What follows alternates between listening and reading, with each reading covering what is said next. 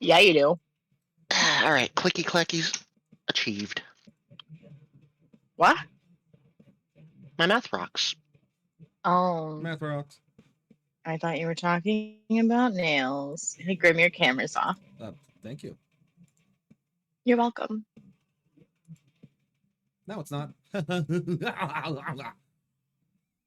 Yeah, it is. Yeah, not meth. Math. Also, my God, the fucking latency on this camera is so smooth now. Do you see that? You so smooth. I'm so Yeah, smooth. but your Oh, camera in smooth camera. Discord's still off. I'll fix it. I'll fix it. Okay, hold on.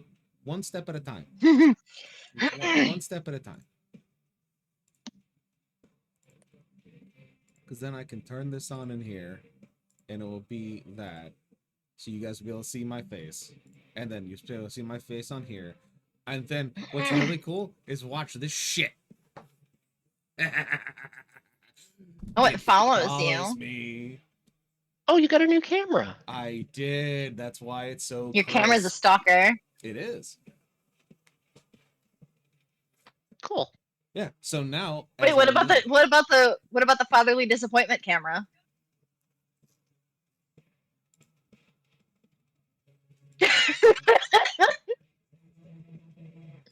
See, we can go here, and then we can go further.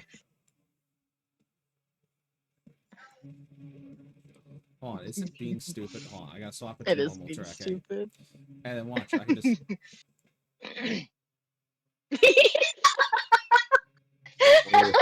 Camera angled at a slightly lower level or point and going upward, so that you can just look disappointingly down your nose at people. Ah, yes, the lab Let's camera. still do it. Wait, no. The zoom. Yes, the zoom. No lab camera. Nobody wants that POV. Smiles. Just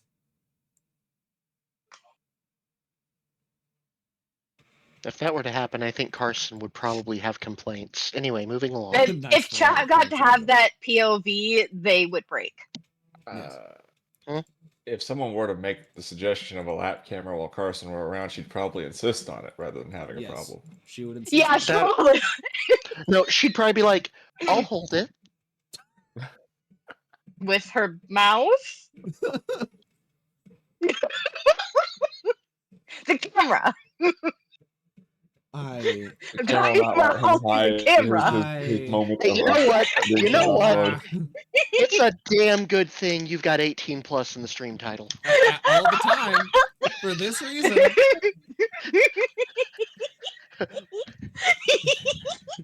When in doubt, Cass. There is a reason for everything. This is one of them. I want to show you something really cool, Grim. And this, and he motions to all of me. And it's me, but you're so quiet Actually, I compared was to going the to say others. something about that too. You are very quiet, sir. Oh, it's because my mic's like way away from my face. Hold on. There you go. How's that now, everybody? Better? Am I coming in clear? Can you hear me?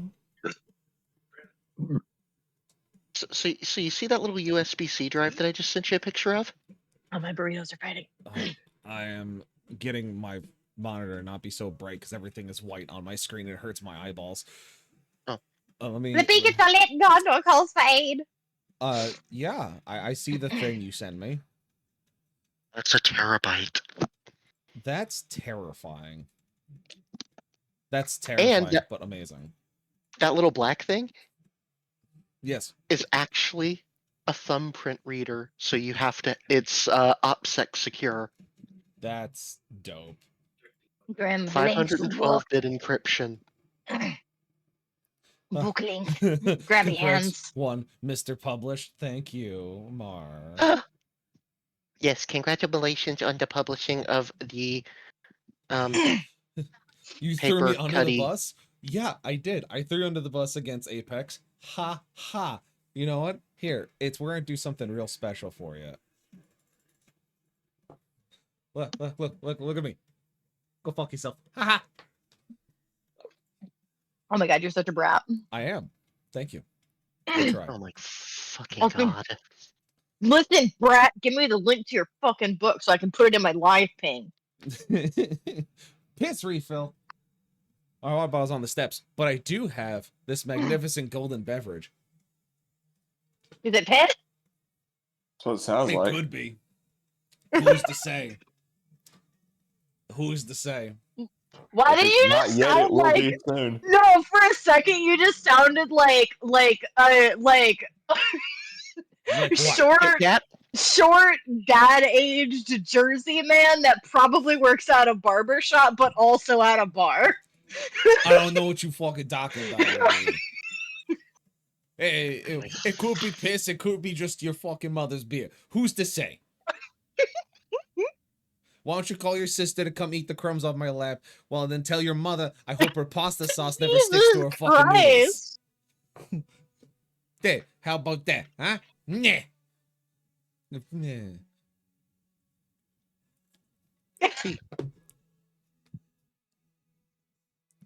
Welcome everyone. This is the stream. I'm sorry D&D's taking a little bit of a moment to start. This is kind of a big monumentous occasion for myself, but also I'm finishing up some things on the publishing side to push everything through. Thank you, Angel, for gifting a sub to Azzy. That's very nice of you. Yeah. And so I'm just setting this up. I'm getting prices and stuff put together, trying to make sure that they're squared away, especially since I'm getting both paperback and hardcover put together. I mean, squared away, shouldn't they be Amazoned away? I mean, When I Square's get still a you, payment Ricky. processor.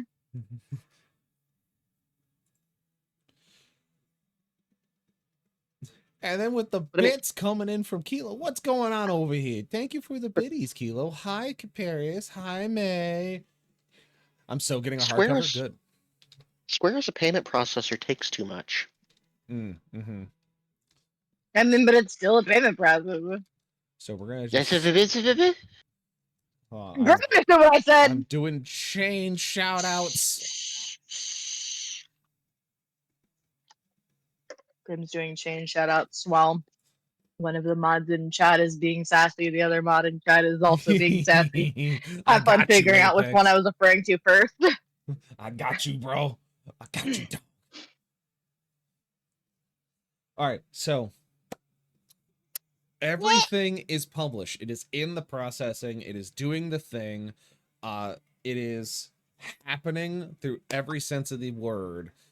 Get loved on. Don't you dare giving me 5 gifted subs, you monster. Your faith is happening. Ah, And we're happy about it. yeah, we're happy Bitch. about. Hey, Cat. You What? got gifted a sub. You got gifted a Thank sub. you!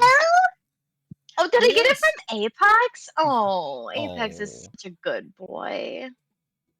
Oh, Apex, you're in trouble. Run, dude, run. Get the fuck out of here, bro. Run. She's got your scent. Oh. I'm gonna pause eat the him. music right here as May wishes for me to do something. Huh? Are you being a good girl, May? Because I think you are. And then, of course, we have the bestest cyber property this side of the goddamn internet has arrived. Lovely.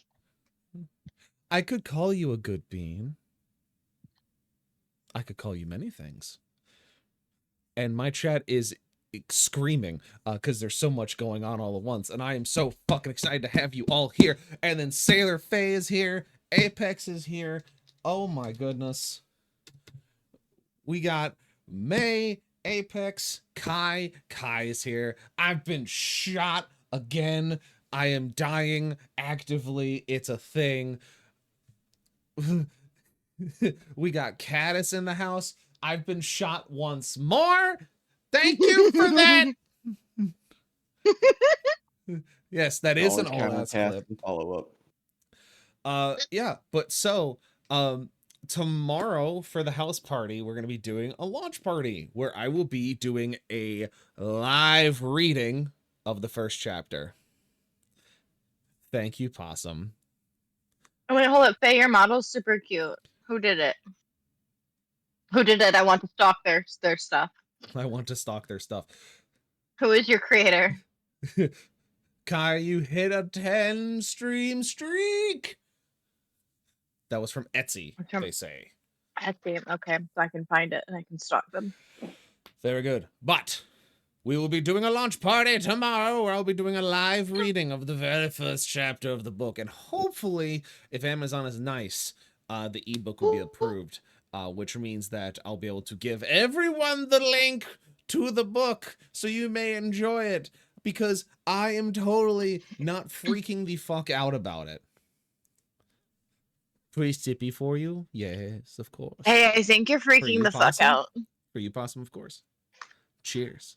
You're so getting it? Good, great, wonderful. I want everyone to read this and take the time for it. It's fucking massive. It's insane. Thick with like 7 C's. Like at least 7. But yeah, so tomorrow we'll be doing a live reading of the first chapter. So that way everyone kind of gets a preview of what is to come. And then that hopefully at that point the book is live, and then everything will be available for me to give you guys the link for you to go and pull it. And now that this is done, I'm going to force myself to take like a month of a break from touching any of my other stories and work on small stuff. I want to finish up some art. I got to do some more story stuff with Kai and Apex for a project we're working on. I have to write a one-shot where Kai and friends go and save Hideo Kojima from his son Hideo Kojima. It's a whole thing. I have a few things. You have to put more insulation in the walls. I have to put more insulation in the walls because a certain cat gremlin keeps eating it. You know, there's a lot of things I have to do, and now that the book is done, it is a massive thing off my shoulders. And I can only hope that it has the impact on all of you that it had on me building it, putting it together, making it a reality. It's been almost a year in the making of me writing, the first time being published, the first time actually putting a book together like this. I am fucking terrified. Like, honest to God. But I'm just happy to have done it with all of you here, done it with the people who supported me through the struggles, who supported me through all of the crazy shit that happened. I don't know when it's going to technically go on sale because it's currently in review. They're basically processing the file. They're making everything together. Online will be the first available because it's going to be the easiest for them to format. The physical ones, I don't know when those will be available, as they'll probably be having to print them out and get them ready to go since I've approved the designs before they're able to be shipped. But there are a few people who will be getting very specific copies from myself. So, oh, you expect a signed copy? Well, thankfully, that's where we're segueing into. So, listen here, Chucklefuck. There are going to be a few number of people who are getting copies for myself. I need to wait for them to finish processing the book before I can actually get my author copies, which I imagine I'll be able to get. I will be able to sign, put little handwritten notes into, and then send them out to the people who have made it onto my list of people who will be getting them. If you don't want to wait that long, you can always ask if you're on the list, and I'll give you yes, no, or if you are, I will work on getting it to you if that's the case. It's just I have like 10 or 11 people that are off the top of my brain of who will be getting a signed copy. Otherwise, once everything goes completely, totally, fully live, I will be able to give everyone the link. You guys can go ham fucking crazy and just start ripping apart. One of the big things is my server friends in chat, Kai, Apex, such, because I'm going to be getting ready to swap over D&D. If one of you could message Tammy and Clay and let them know that it will be available in Australia, because I double checked that for them because they asked. So I'm not gonna be able to message Tammy because I'm gonna be getting ready to do D&D. So if one of y'all could just yeet that information at them, I'd be super appreciative of it. I'll just kidnap you and make you sign me one. I could just get you one to send up for you and your ma. It's fine. I don't care. Like it's a simple process of fixing. But regardless, I will keep you all posted. I will check it tomorrow on what the status is. It says it should be live within 72 hours. So we'll see where it goes. But that is enough about me. I am going to try and push this intense feelings I have currently going through my body down into a tiny box. It's Kindle. It will be on Kindle. It will be available for like any ebook stuff, but it will be both physical and Kindle. So I need to close that. Oh my god, I can't believe I'm actually closing this fucking Google Doc of this story. It's been open for months. That's a weird feeling. Okay. that's a little weird. All right, then that can close my export files. All right. Admit. Okay. So this is a big thing.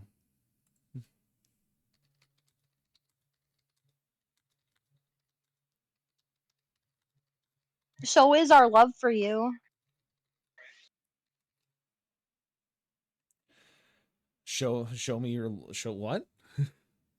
Brain no What? I worky. said, so is our love Oh, for so is you. your Because love you for me. said Thank it's a you. big thing. Yes. Our love, our collective love for you is enormous. Yes, it is. And I could not be more appreciative having all of you in my life, from the smallest impacts you made to the biggest. You've seen me through every layer, every piece, etc. And it has been game changing. I'm going to flick off my room lights. I need my talking stick. This is the talking stick. Talking stick. This is the talking stick. Also, I love that the camera follows me because now I can do prop comedy. I don't think you understand how excited that makes me. Prop comedy is a real thing I can do now. It's great.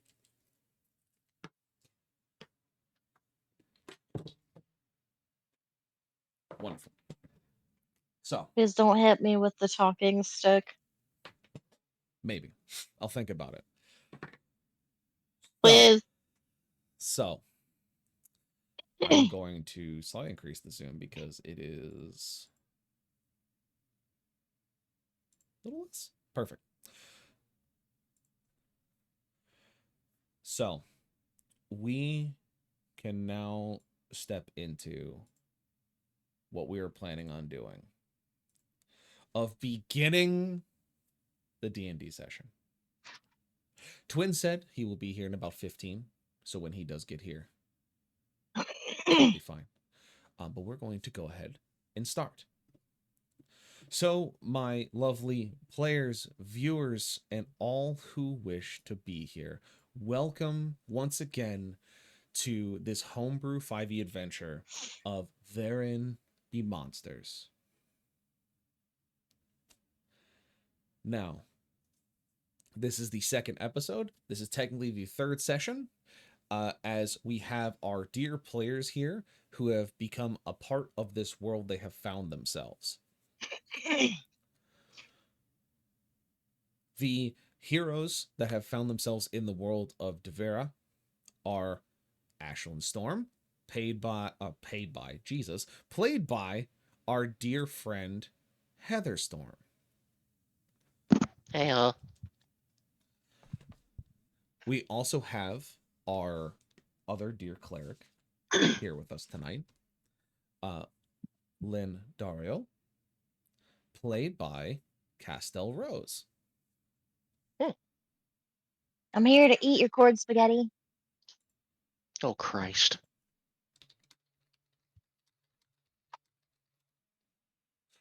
And for our third player, we have Vaughn, who is being played by our dear friend Zokard, who was a guest on a few of my other campaigns. Hello. And you will all meet, if you haven't already met, you will meet him once again, Mr. Twinberry, when he does arrive. Now, let us talk about what happened last time. In the last session, there was a number of investigations that occurred. Things that changed the idea of what was happening for the world around you. It began to show that not everything may have been as one seemed. And so now it has become a piece of understanding to find out why. You left the tavern once more. You spoke to a number of people, traveled out to find the dead body, finding the judge. All for reasons that seem to pull at your focus with every step.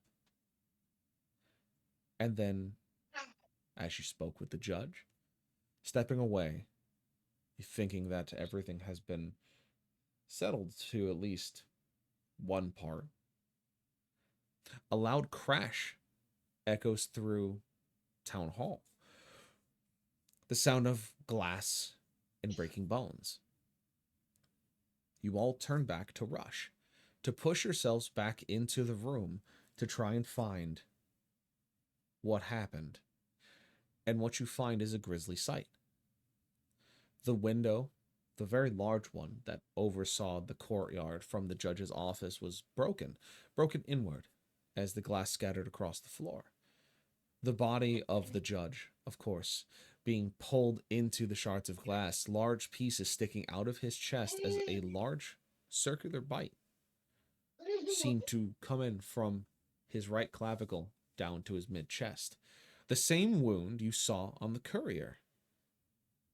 But now there was no anything here to track. It was, of course, as you could tell, the same monster, but there's nothing here that pointed you in anywhere else on the surface. And so that's where we begin today. As Ashlyn discovers the body of the judge, the mystery of this town of New Ravenholm seeming to grow deeper with every step. Let us begin.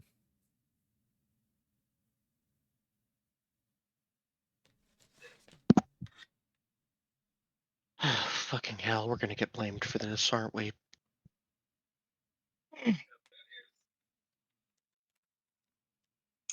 Yeah, probably. Ashley would glance around, look out the window.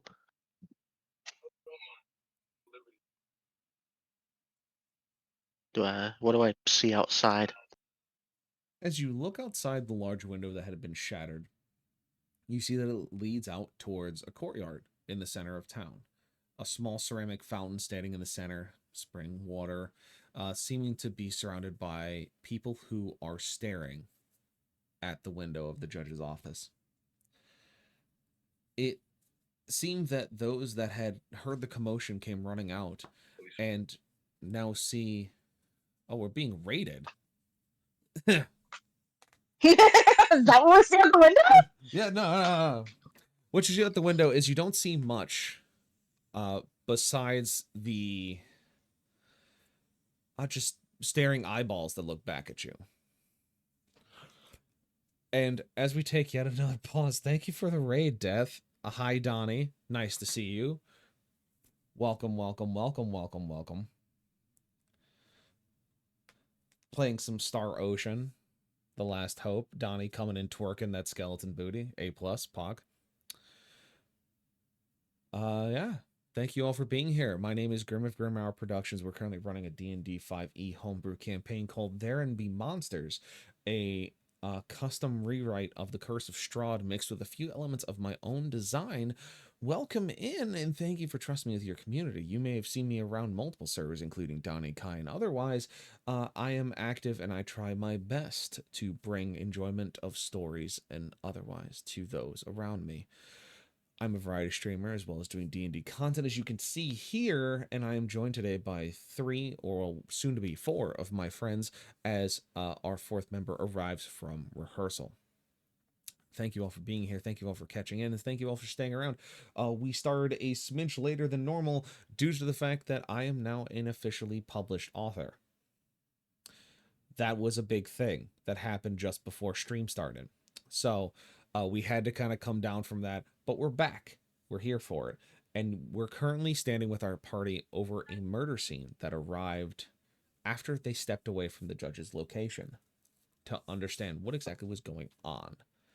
And so, as you all rated in, our dear friend Ashlyn was looking out the window to see what they saw. And what they saw was a number of staring eyes back at them. He sensed the death. That's fair. Thank you. Thank you for the congratulations, Death. So, at this point in time, Ashlyn, that is what you see outside. Is you see a number of faces and bodies looking at you, trying to understand what exactly occurred as the body of the judge now lays strewn in the window with the rest of you behind it.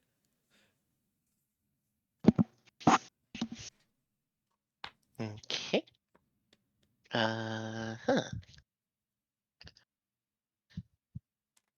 No one seems to panic, though.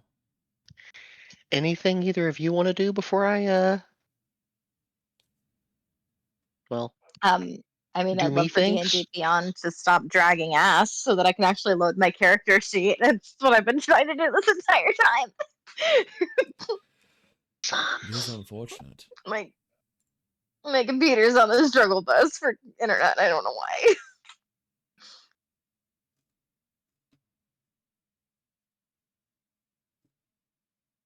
On? Not that I can think of. You're good. Okay then. Time to do me things. Ashlyn would. How high is the windowsill? You Is it are like floor to ceiling or?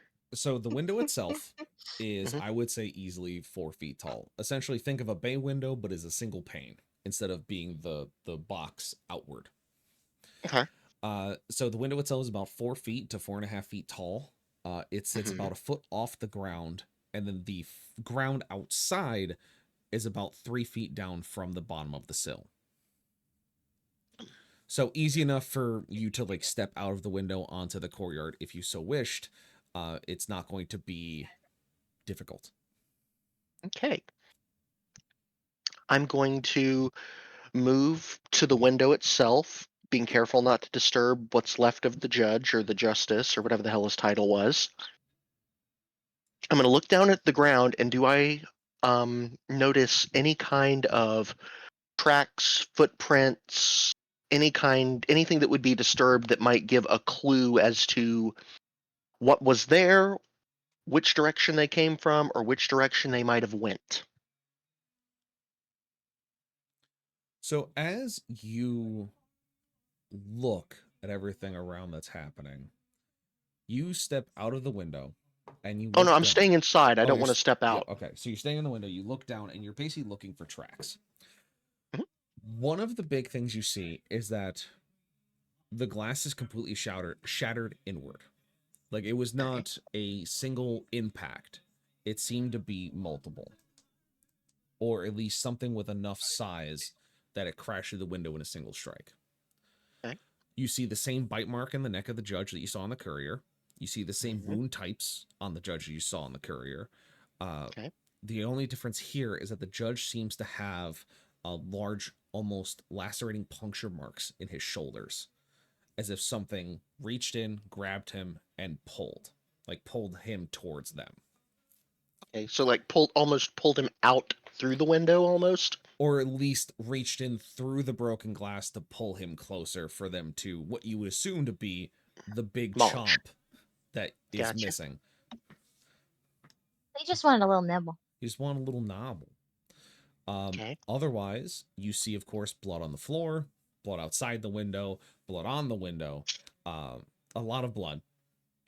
And then you see a couple of strange tracks that seem to track from the window, but then disappear very quickly further into the town. Okay. Potential to track them, perhaps. But otherwise, that is what you have so far. Okay. Can I make an investigation to, well, I don't know what it would be, if it would be investigation or perception or survival or what, to attempt to track.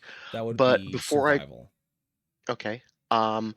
Before I do that, I'm going to look up at the, 15, 20 people that are gathering around outside now? I'd say it's about 9 or 10. It was later Okay. in the day when this happened, but they're the only ones that seem to be paying attention. Everyone else seems to be just mingling. Okay.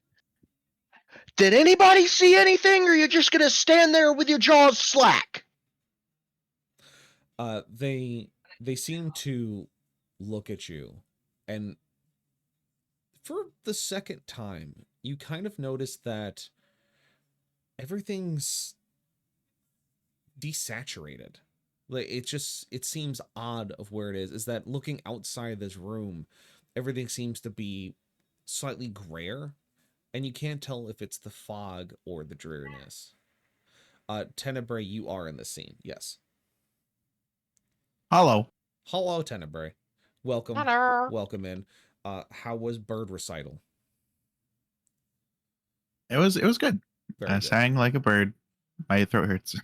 Amazing. What I imagine so, but I imagine you have a fantastic voice, so we're glad to have you here with us tonight. Good to be here. Hi, Tammy. I'm not sure if they messaged you, but the book is published and it is available in Australia. Finger guns. Anyway, Miss Ashlyn, as you look out, you can see that the world outside seems dreary, much like a cold fog kind of settling over things. And the people that are looking seem to just not pay much attention after the first bits of looking. They don't respond. They just kind of seem to shuffle on as everyone else around them also seems to have just returned to their duties.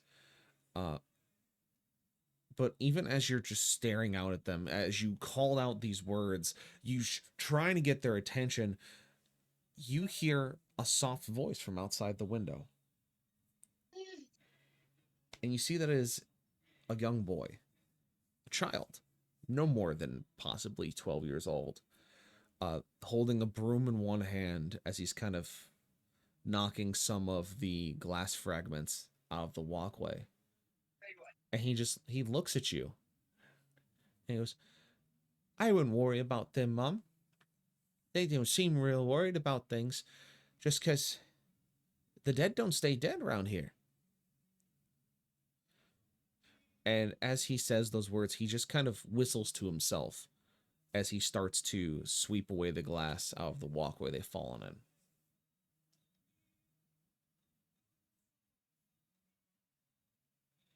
Blink, blink.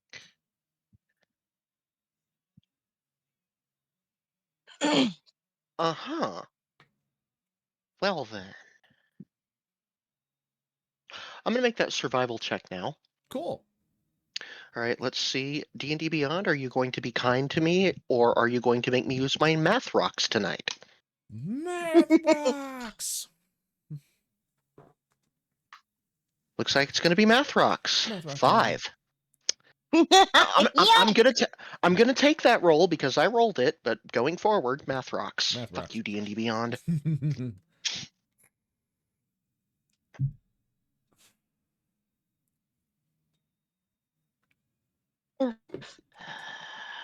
I'm gonna assume I don't find shit. Well, you don't find anything past the obvious of what you found, Okay. but you do see a file of some form, a folder, a journal, some kind of document falls from the desk as you kind of knock into it as you're looking around. And it kind of hits the ground with a soft thump.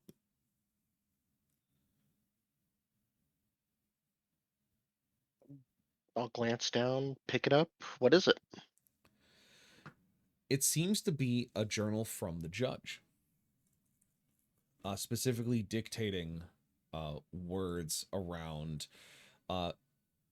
certain situations that have been going on recently.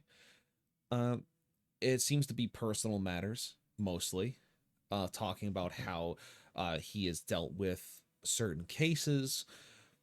But then the most recent one comes up of that he's been having the nightmares again.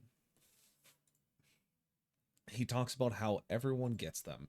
He's heard the stories. He's understood that the nightmares are normal for the most part. That they come and go as the days pass. But recently, the past, what he called cycles, as he felt the shift in the air change, the nightmares came back stronger this time, as if something called to him. He just remembered a whispering song from the woods, and then it would just be silence. Just deadly, deafening silence as he found himself lost along wooden paths, the gentle giggling of a child behind him, the sound of it seeming to scare him half to death as he continues to try and run from it. And he says that the dream ends the same way every time, where he finds himself trapped in front of a log cabin. And as he turns, he hears the giggling once more before a blade finds its way into his chest, and he wakes up in a cold sweat.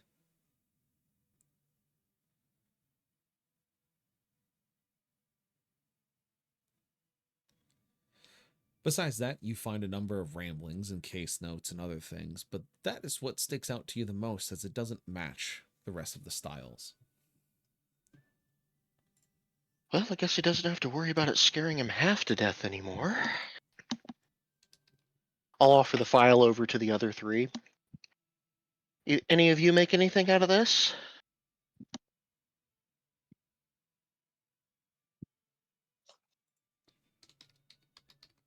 Lindaria will take it and just kind of glance through it. Is she able to make anything more of it, or?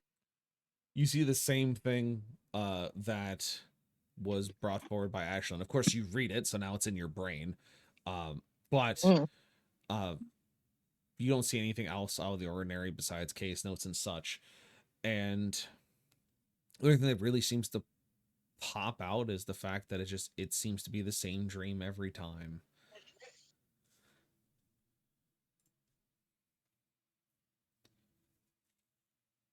I'm going to check the judge's pockets. Okay. So in his pockets, Coin, keys, anything like that. Yep. Sorry. You find a handful of silver coins in one pocket. You of course find a couple of keys in another. It seems to be keys to his office, maybe. And then they're in his jacket pocket that he wears underneath his vestiges. You find a half burned picture that seems to be folded in on itself.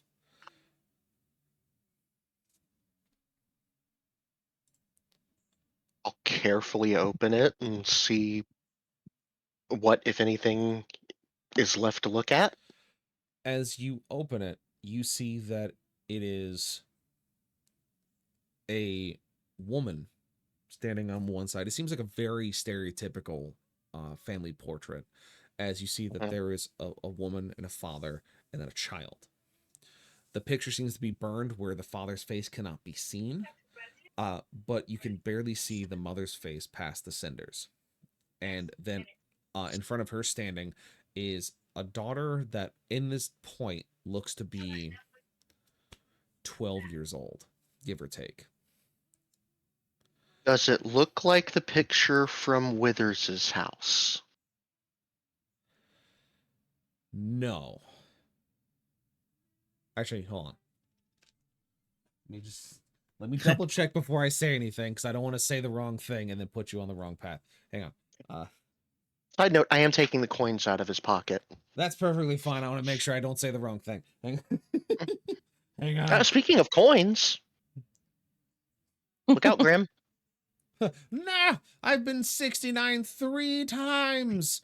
Thank no. you, hon. Thank you, hon. I love Time you, to so open your fucking proud colon. of you. No.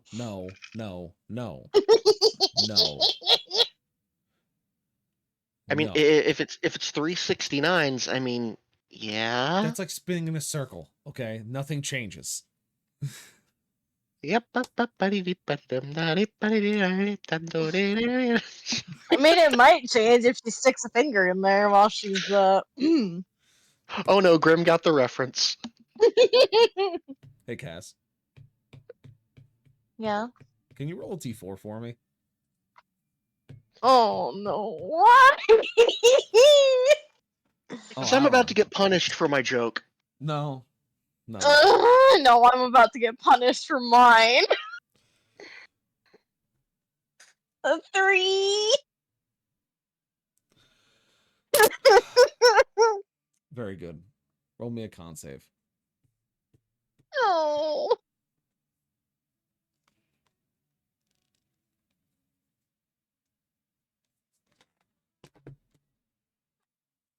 11. Why, hello, Purple Rain. Thank you for being here and being a part of the chat. Welcome in. What'd you get, Cass? 11. You feel a sneeze coming on. Oh no.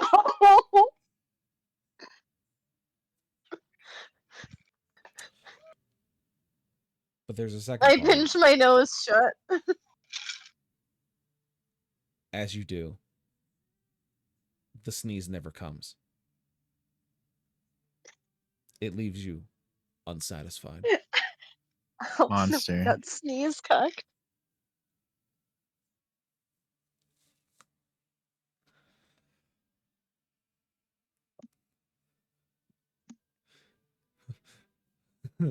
Thank you, bud. I appreciate it. It's Can't nice believe to you finally sneeze meet cocked you. me. Mm-hmm. The sneeze got you. That's exactly right.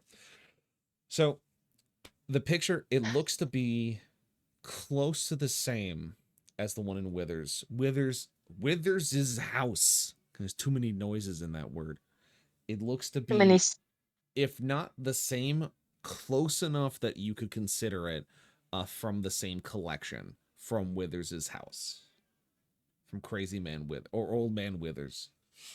I mean, are any of the people in the picture Withers's Yes. family? Yes. It looks like it would be from the collection of pictures that you found. It looks like the child is recognized from the pictures that you saw, and the woman is also recognizable. That word. English is difficult. Don't mind me. I've just only been doing this for 2 decades. Don't worry about it. English is hard. It's a English is hard difficult. language. Difficult. Yep. Difficult. Difficult. Thank God I have 5 more of these.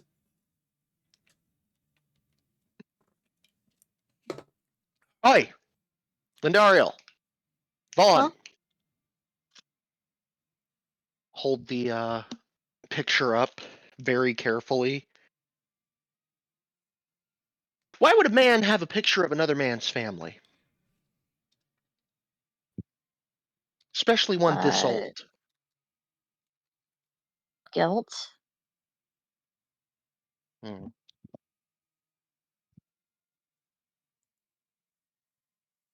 Grief.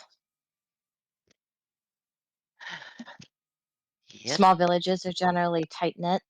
They think of each other less as neighbors and more as family, especially if someone raises a family there. Yeah, but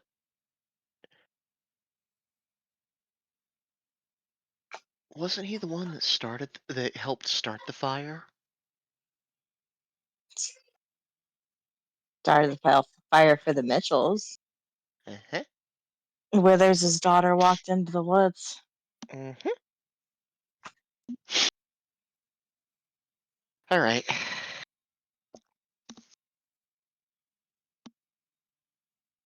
Hey, Tenebrae, So it's guilt. Yes. you said you follow your divinity's what's the word I'm looking for? Death. Death. Yeah, close enough. That is correct. How's your communing? She ever talk to you or give you clear signs of anything? Well, sort of. Not Cool. really, but also kind of. Well, it's the straightest answer we've gotten out of anybody in this town, so What can you what do you want?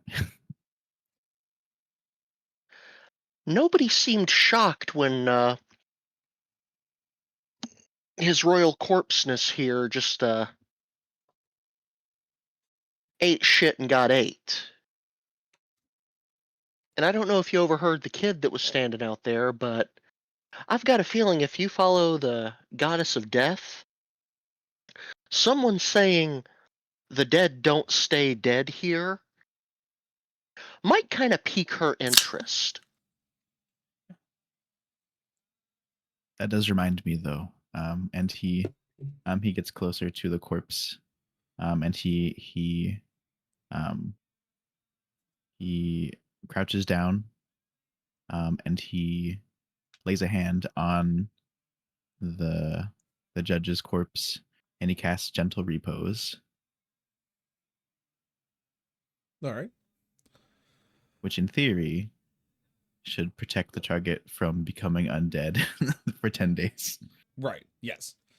So you do that as I am bonked by a viewer, my wrinkles wrinkled. But you do keep him from, essentially, in the lack of a better term, keep him from becoming undead.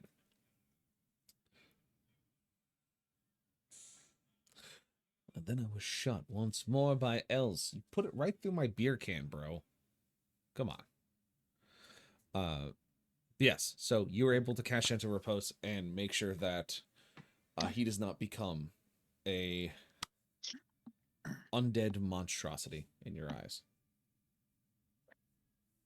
Then he looks up after that, after closing the judge's eyes with his hands, and he says, "Well, I suppose we could ask the child outside why he's so unfazed by death."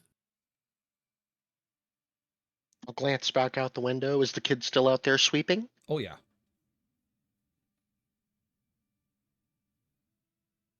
Well, come on, Tenebrae. I'll hop out the window. Okay. There's a perfectly usable door. I will go through the door. So the four of you now approach the child slowly as not to scare it. Ah, yes, children naturally scared by anyone walking up to them, but definitely not by people dying. No, abs completely normal and natural. Don't worry about it. Uh, so you all So they're approach. deer then. Yeah, basically. You approach and they are still sweeping up the glass from the walkway that they were walking through. And as you do, they turn and go, "Oh, I did not realize that I was going to bring such attention to me. Uh, what what can I do you for? It's you seem interested in the judge. But Well, I thought I told you the dead don't stay dead too long here." well, that's actually what we kind of wanted to ask you. What did you mean by that? I'd take a silver coin out of my pocket and say, I don't mind paying you for your work and your time answering my questions. offer the coin down to him. The child furrows its brow at you and goes, "You don't remember, do you?"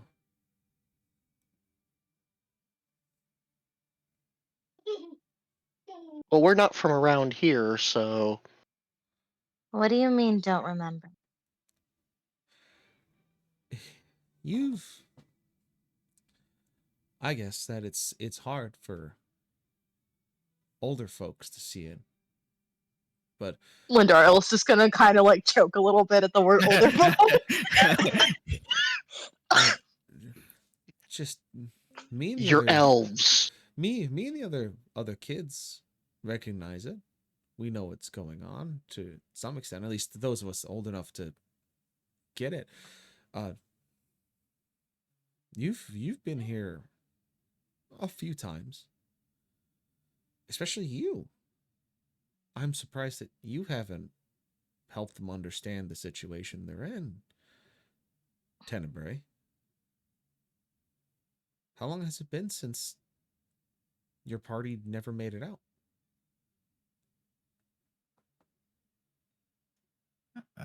What? I don't understand. Oh, the memories have begun to fade. The stories, the weaving tales. It's a shame. But what I said was simply that. The dead don't stay dead here. Not for long. And as he kind of is gently talking to you, the words not matching the voice coming from the child, you hear someone whistle out from the courtyard yelling for Jeremiah. And the boy snaps his head towards the sound as he goes, "Oh, my mom's calling me. I'm gonna go take care of this. I hope you all find your way as best you can. For it's a long trip." And he kind of chuckles a little bit before he runs off towards his mother. I I think that the entry on cycles in the journal is important.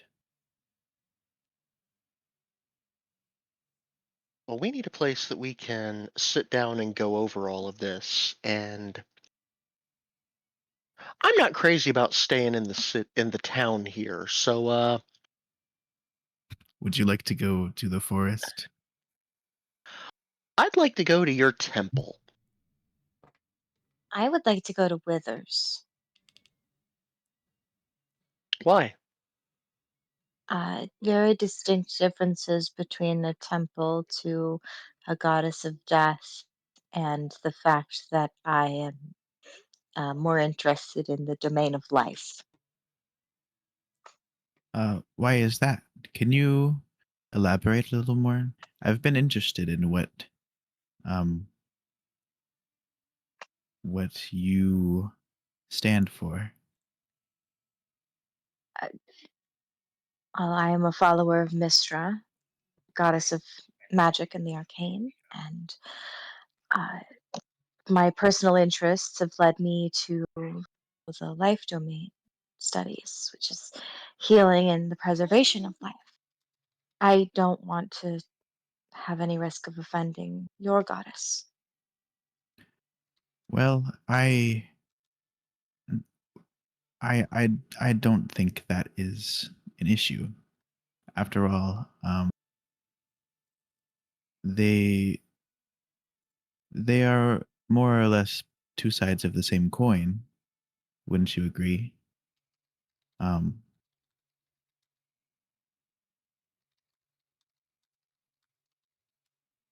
make make no mistake. I do not worship the idea of dying. Um, it is more that death is an inevitability. and the greatest way to respect a life is to make their death as comfortable as possible.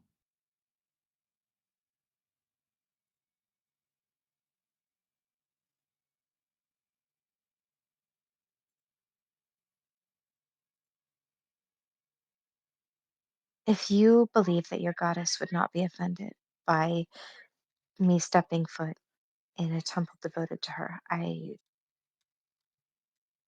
would not mind going there rather than essentially an abandoned husk of a family home.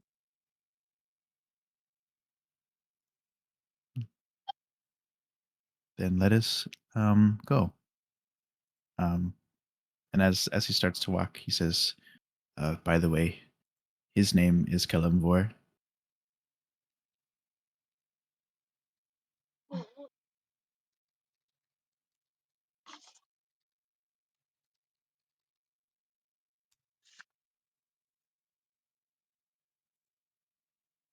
Righto, righto.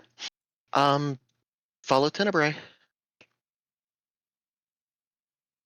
Yep.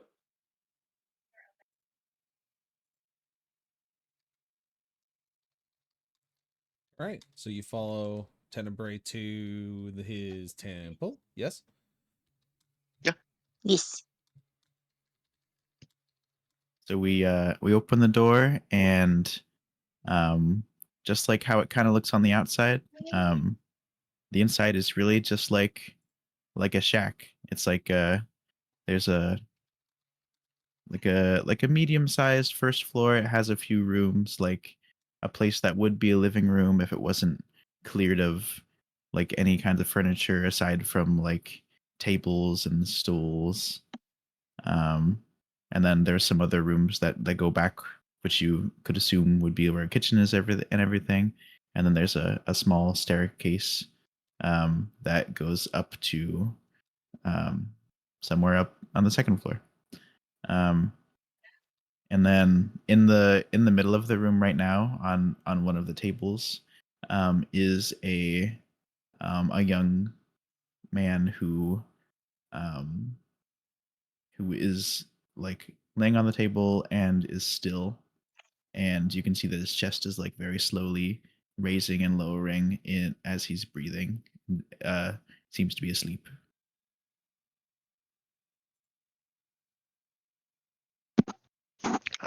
Friend of yours? No. Um, this is Michael. Um, Michael um may die soon. Um, and he just strides forward past the table, and into the area beyond where the kitchen is.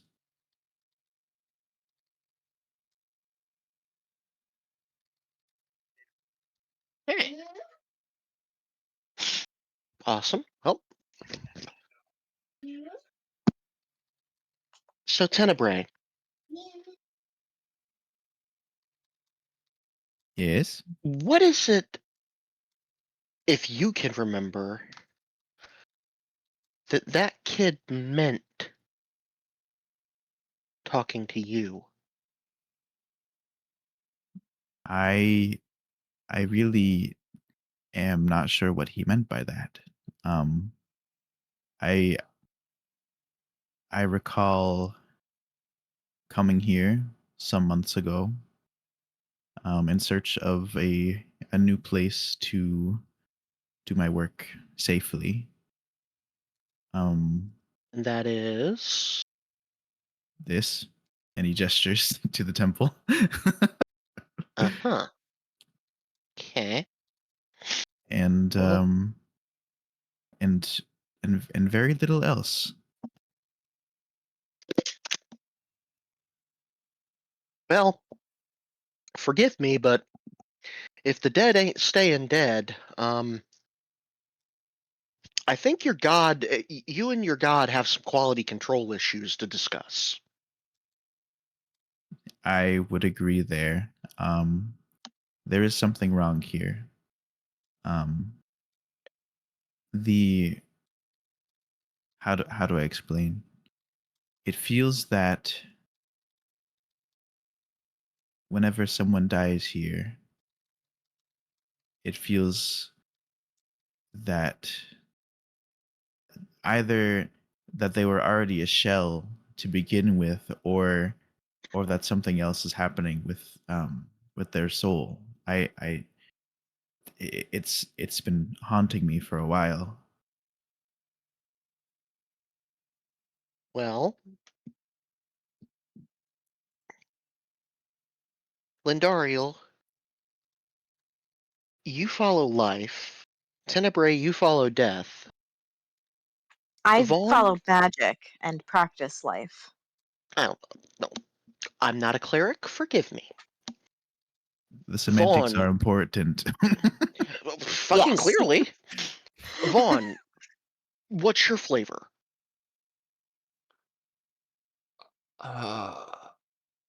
Leave me out of this entire conversation. I have no stake in any of this.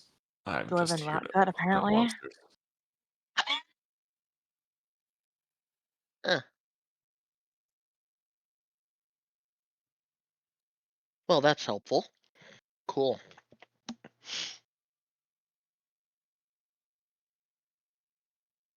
Ashlyn is going to put a hand on the pommel of one of her swords. Well,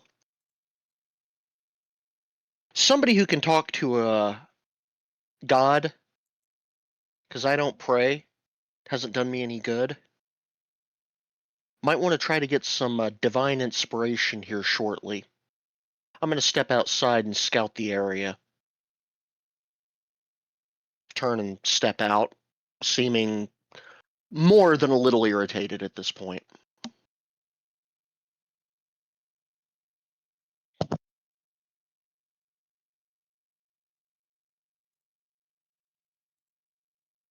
Tenebrae looks to the other two, and tilts his head a little bit, and he says, "What is she expecting?" I think she's anticipating us attempting to commune with our gods.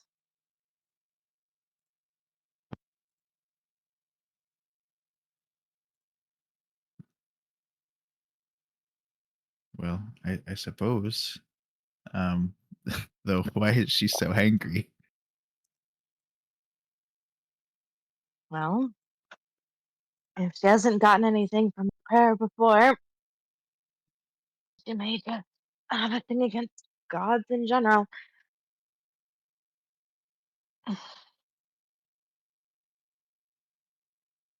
I'm not about to be the stereotypical cleric and suggest that she find a different way to pray.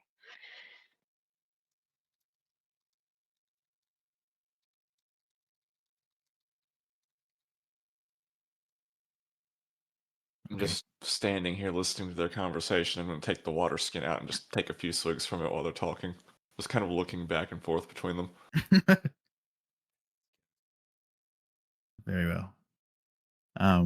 Tenebrae looks over to the corner of the room, and he meets eyes with the shade, um, which he does not make eye contact with it very often. Right. But he takes a step forward, and he just simply asks, um,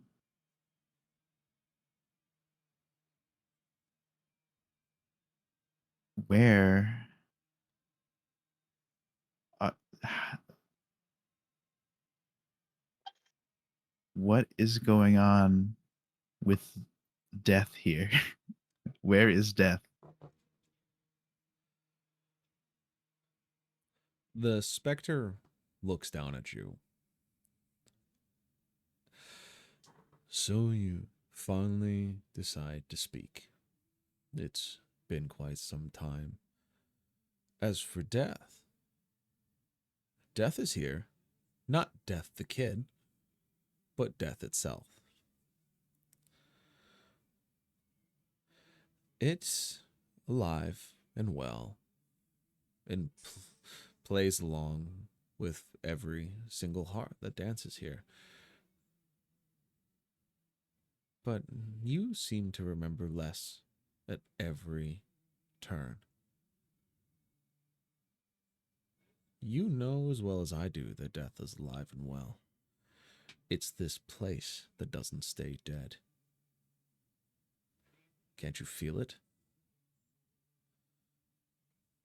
And he just kind of strains himself back up as he looks down at you, their head tilting slightly, almost in an inquisitive gaze.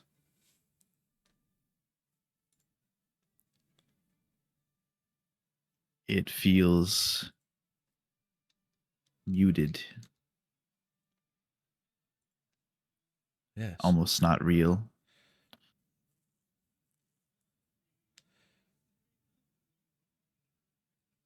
You would be half right. This is quite real.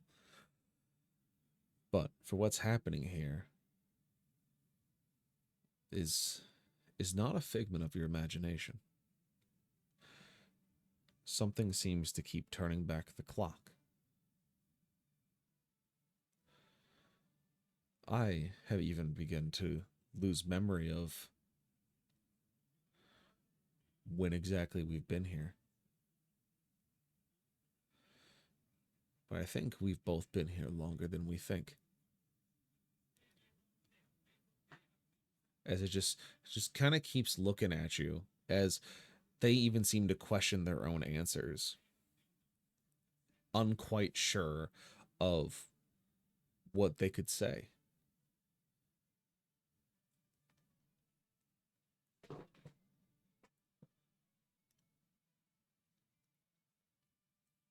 He clicks his beak and turns to the other two. Um, and he shakes his head a little bit. Um,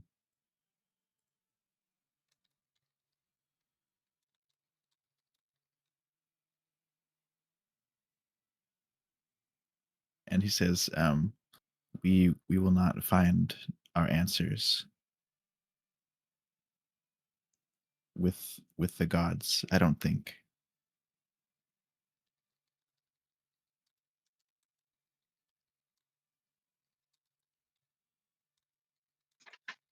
Well, that's disappointing.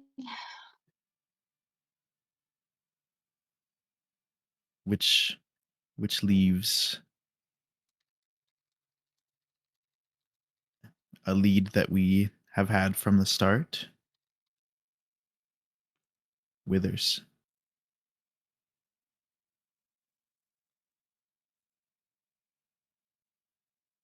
But he's missing. Then we go to find him. And we go to the woods. To the woods.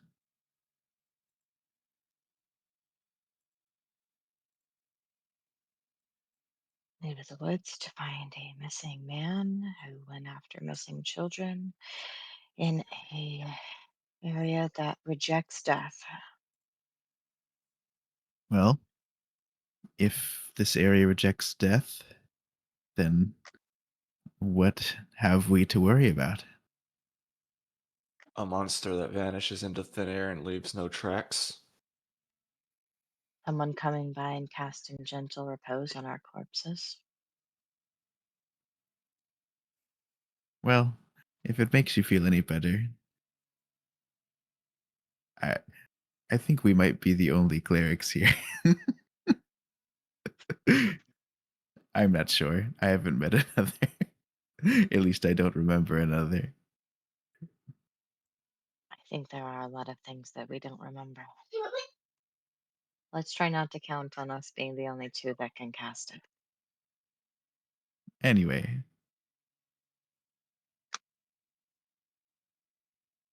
Well, if respectfully, I have a duty to correct what is happening here. And so I will be making my way to the forest to try to find some answers. You may stay here if you wish.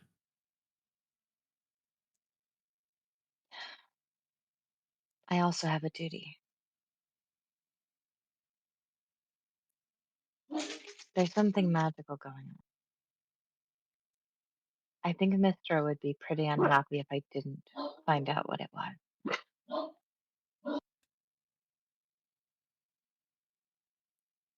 And who are we to deny Mistra? Cass, give me Exactly. perception. Oh gosh, oh gee.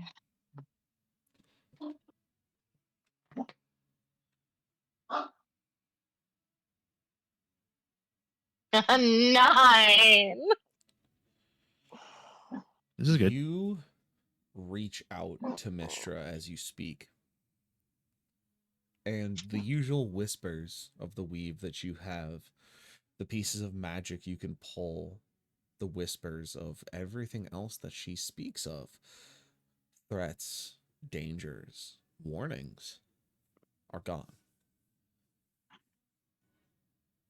Nothing but echoes and dust. Do you want to try and reach out farther? Yes. All right. Well, with that, I'm going to need you to roll me a intelligence check, please. Actually, no, religion, if you have it.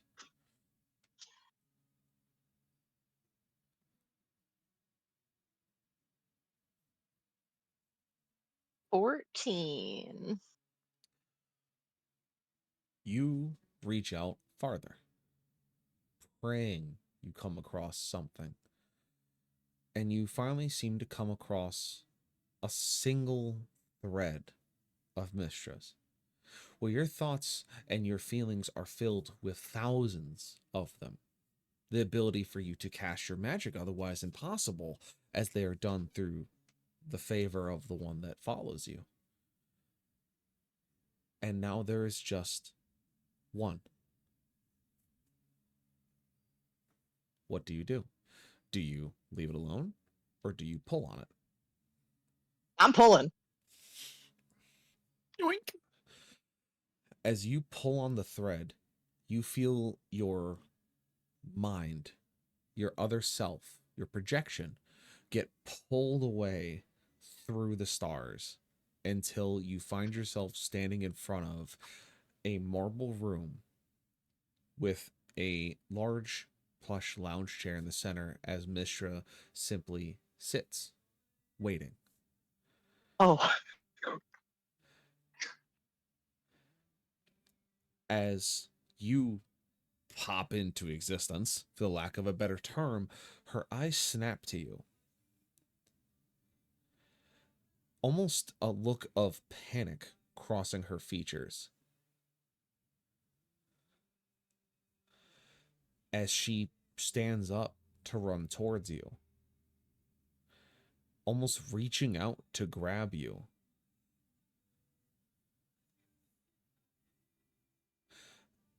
And something cascades behind her. Dark strands of fog, of smoke, billowing behind her, following her like a cascading wave that envelops her as her hand reaches out towards you. The last words you hear are, "You've been gone." And as that last word hits your ears, the smoke and fog billowing over Mistra's form, you find yourself back in the temple, in your own self.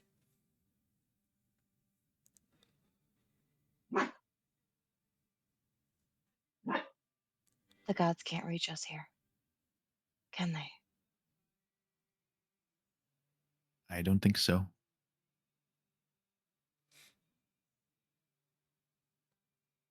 That's why the dead don't stay dead. Mistress said I've been gone.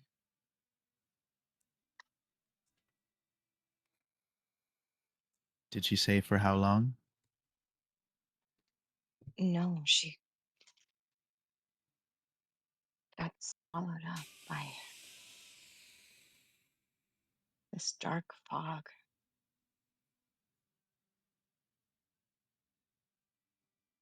She was reaching for me, like she was worried.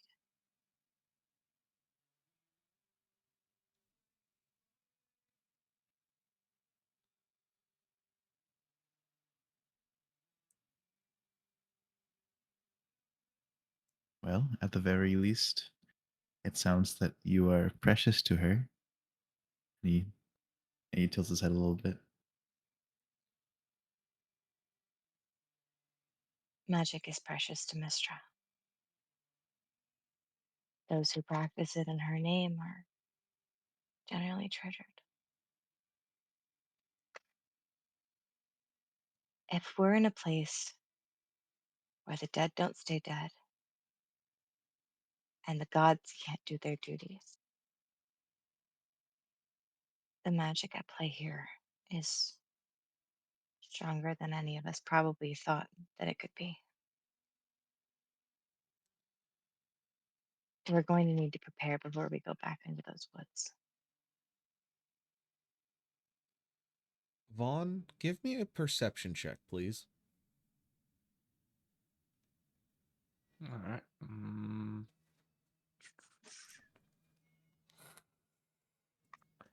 18.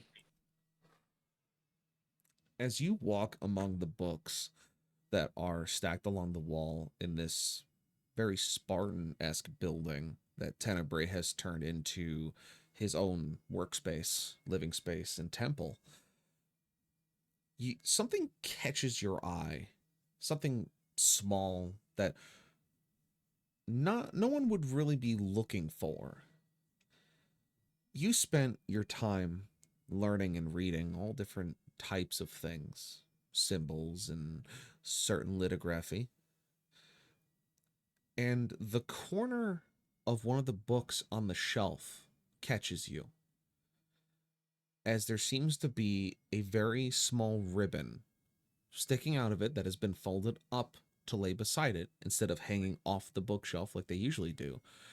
It seems to have a almost inverted guild symbol on it. And as you reach for the book, it slides off. As you look at the ribbon, and it's clearly a guild symbol on it.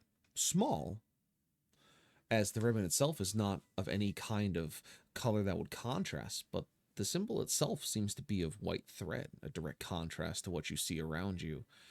But it seems faded, old. The ribbon fraying along the edges, the book surface even older. And, by the way, we have a minute 30 till ads, so just be aware, chat. Mr. Zoe. I'm going to open the book and begin reading it. As you begin reading it, it seems to be a report, some kind of notes. Strangely, it seems to mention names that don't quite make a whole lot of sense.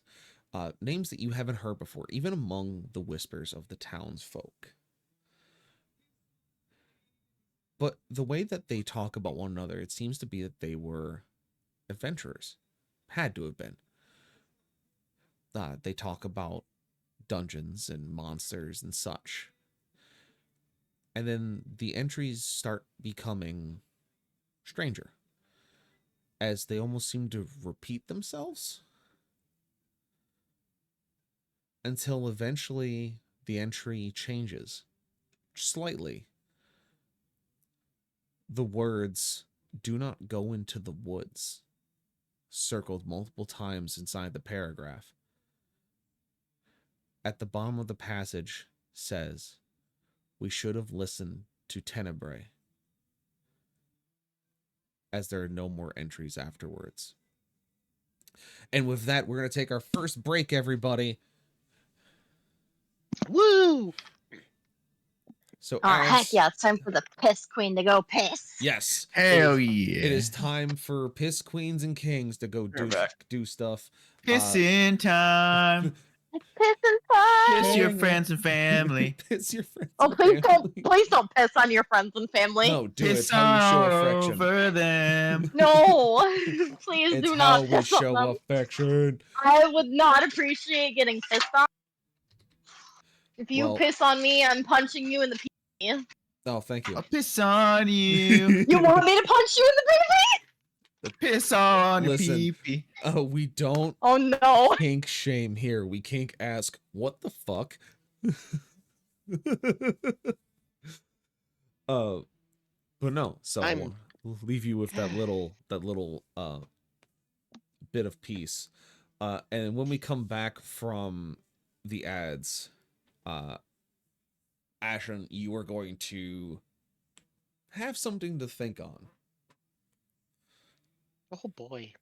Oh yes. Grog Everyone- smash. Everyone gets a little something to think on. Oh boy. We gave Cass something to think Ooh, on. smash me. We gave Zoe something to think on. We gave Tanabre something to think on. And now we're going to give you something to think on. And then also, look at the amazing art Azzy drew for me. And congratulations for the publishing. It's on the screen of the stream. It's so fucking adorable. I love it. It's next to my head. It's next to your head. There was a hot moment there where I wasn't talking, and glad that you guys were doing the dialogue because I was trying really hard not to lose it. I was straining with all of my fucking grip to hang on to my emotions. As it's been a fucking roller coaster today. So I was trying not to lose my grip, and I was like, thank God that I have friends here who know how to roleplay and can yes and each other, so I don't have to say a fucking thing because I need a minute. So I'm just like, whoof. Yeah. Yes, thank you for the applause, thank you for the love bricks, you monsters. I still to this day don't know what I've done to deserve such amazing friends and support groups that have just found me as much as I found them. So yeah, it's thank you from the bottom of my very jaded, scarred heart. Thank you to all of you for being here in whatever capacity it is, whether you're here as a player or as you're here, in other aspects for stream stuff, stream support, collabs, etc. Just thank you. Back. And that means you, Twin. You're included in that.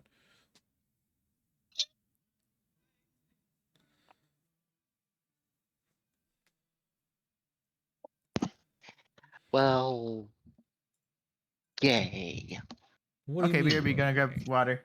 What do you mean, well, yay, Heather? You're also included. You're included said, in the well, first group. yeah. Listen, don't make me hug you. I'll do it. I plan on doing it. I'm a better shot than you. So, the hugs will happen. Hot. God damn it. Listen, I get one, you get to sock me once. Deal? So it's going to be the wedding night when it happens anyways. So, Probably. we're going to be punching each other and drinking most of the time anyways. It's fine. There's like a list of people who apparently want to fight me, Cass and Kai included. So like it's fine. It happens. But welcome back everyone from ads. What did you bring back from the armory? Anything fancy? But yes. So we leave Vaughn with that little tidbit to chew on. Cass, you have your little bit to chew on. Tenebrae, you have your little thing to chew on. Speaking of things, so you know how as ads were hitting and I was walking out of my room to go to the bathroom, I said, "So you want me to punch you in the pee-pee?" Yeah, that. The small immediately went, "Punch you in the pee-pee." So I guess someone's gonna get checked. Nice. Someone's gonna get checked in the crotch. I keep refreshing the page, see if my thing is fully published or not. I need to not do that. That's getting minimized because otherwise I'll sit there. I guess. On Heather and I's wedding night, this is gonna pee punch Grim. Not the pee punch. I mean, you're short Yep. enough. God damn it. I wasn't talking about me. I was talking about the kid. I mean, Perfect they're pee punch short height. enough. Like, all the children are short enough to just fucking deck me. Right in the peeper. Oh my god. Listen, Anyway, What have I So- gotten myself between my into? kid and my dogs, no one is safe. no one is safe. No So, one is safe. Miss Until I get a Heather, Chihuahua, then Miss it doesn't Ashlyn. matter because they're too small. you, as everyone seems to be having their own revelation, sitting there thinking about different connections, threads, words, phrases, things that are just sticking out to them, that the dots are You falling realize into that you're place. hopelessly in love with Lindaria. No, listen, she can't be your Carlac. Relax. You're an elf. Why? You're elves. Yeah. Means that I've had Yeah. 120 years to learn some kinky shit. Mommy. Jesus Christ. I didn't realize you could spend 120 years learning to be a sub. Anyway. Anyway. Are Ashlyn, those shots being fired? No, Okay, that was the 16-inch guns going off. Thank you very much. That was the Copy. So That was the Texas flooding starboard to get better range. Understood. that was the Texas Oh going my gangster god. lean. Oh, the gangster. I am so glad somebody gets that reference. Not the fucking gangster lean. We can't angle our guns high enough. Flood half the ship. Hey, the US military may be inefficient, but we're creative. No one is allowed to flood our ships but us. Basically, that's actually no, that's Like, hey, why do you not mess with the US's ships? Because we have one that sank an island. yeah, We also have Yeah. one that refused to sink. yeah. We have several of those. Several Anyway, of those. Okay, we have one that sank herself for funsies. Listen, there's some funny stories in all of that, but we're currently in my own funny story. Where Ashlyn, Yeah, where you sneeze cucked me. shut up. Ashlyn, you sit there thinking. The dots are there, but you don't know how to pull them together. You compared the pictures in the judge's office and Withers' house and notice that they're the same. You are here at this temple of death, and it's what the boy said to you, what he mentioned is just it pulls at your nerves. It's just the dead don't stay dead. The judge's journal talking about cycles and having the same nightmare. The girl in the woods, the log cabin, the kids running off in the dead of night. It's all those dots seem to piece together, trying to figure out, what happened, why, what you could do. And then something pops into your head. You, being someone who has dealt with both the religious and monstrous side of fighting evil in the sense of one way or another, you have a thought. Religion is here to some extent or another, but these folks are poor, simple in the sense of that they just exist. They have their lives and they're happy. It's just there's no frills or chills about it. And you remember that there's one group that you have run into multiple times that have caused multitude of problems that you've had to clean up. The Inquisition.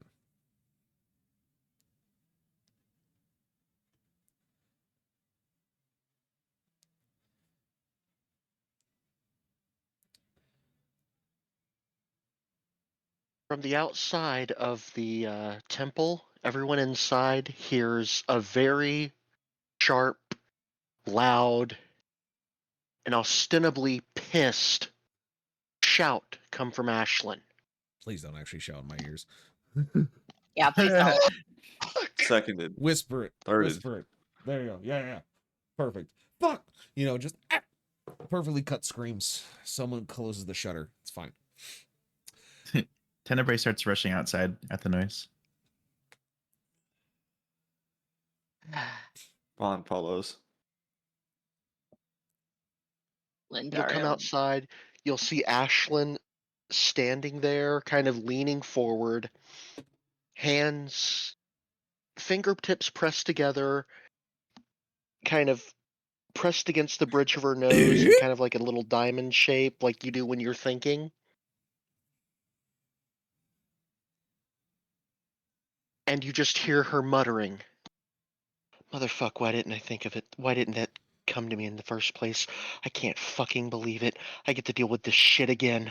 Are you fucking kidding me? Good God, it's fucking..." Does she always scream when she has a thought? The gods pissing my dinner once again.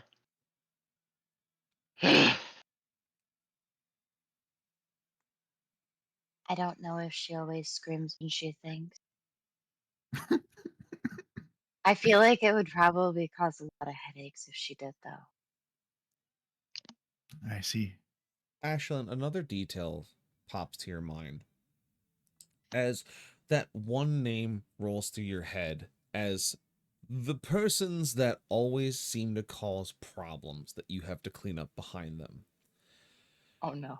It didn't make sense why they would be here and why they wouldn't be as exposed, as they always tend to be very loud about their arrival, saying things like, "You never expected us," "surprise," "open up," words that are muttered across. But here, in the town of New Ravenholm, you haven't seen such signs. But the calling cards of all the events that have happened match up with what they do. And you feel drawn to the journal again.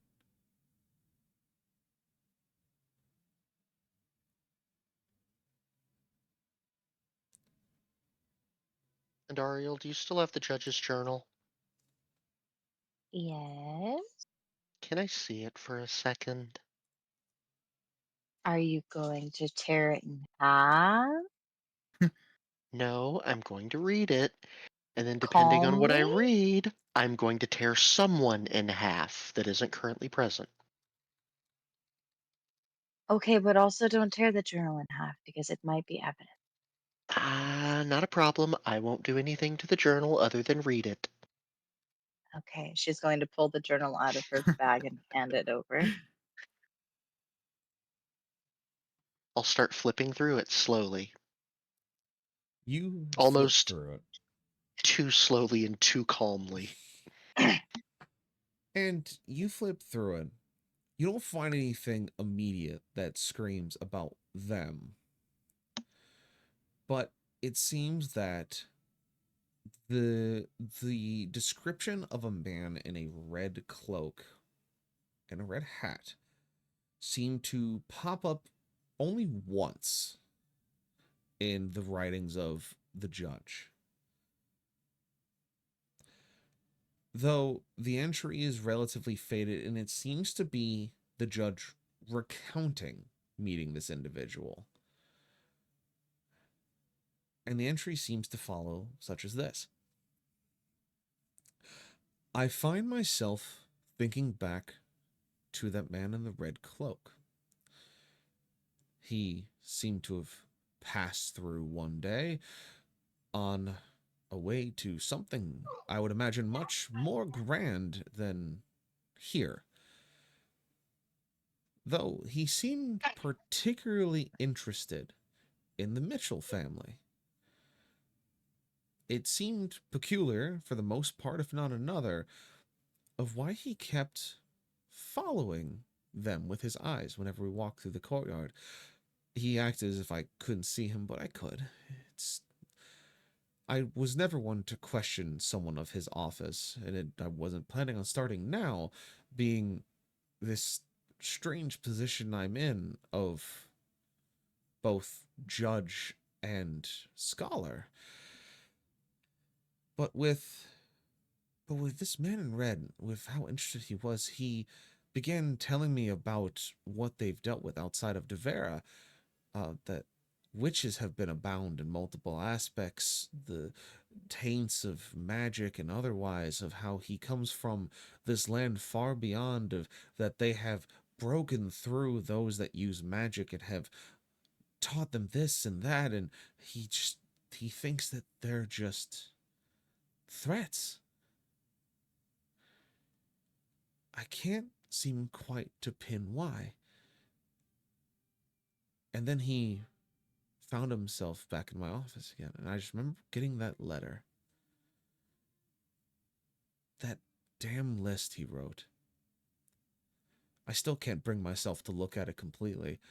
I kept it in the safe as I always had, keeping the key in my pocket as a reminder, and that I hope they can forgive me. And that if I ever saw that man again, I would hope that wherever he went is hot and waiting. And so the journal entry ends as you stare down at it. What do you do from here? Slowly close the book. Offer it back over to Lindariel.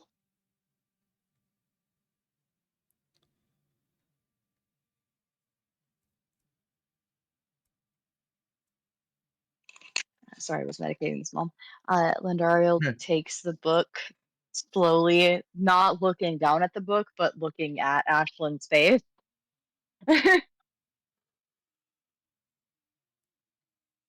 All we've So do been you want to doing is share with reacting, being bounced from one thing to the next. And when we've got time to think and talk things over, is when at least I do my best work. So now it's time to stop reacting and start acting.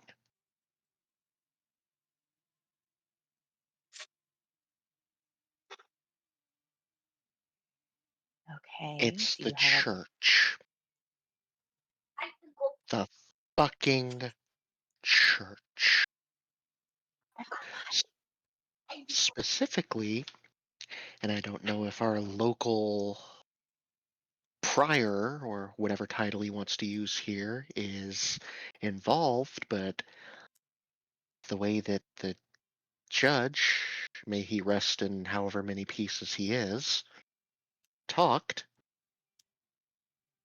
wouldn't be surprised if he's not part of some kind of bloody fucking inquisition.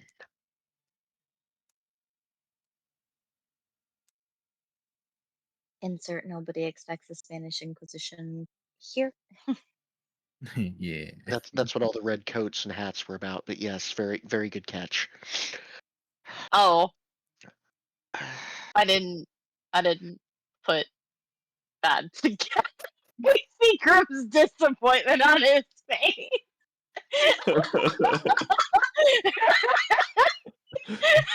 Oh, that's great. I sort of have a history buff.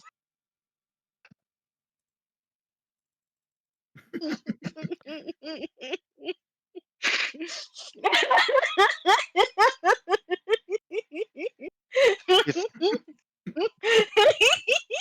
Hey, Grim, do me a favor and do like the tiniest like tooth showing smile he could Someone clip his camera right now and make a gif out of it.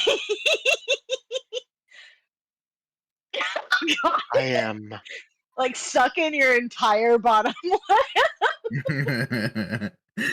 No. Please. please. No.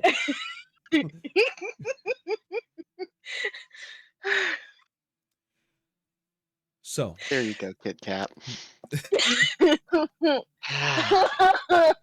I'm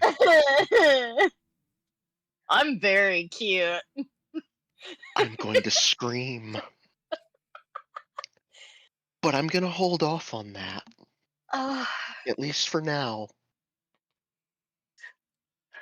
until I can find someone of the cloth, present company excluded, to answer some questions.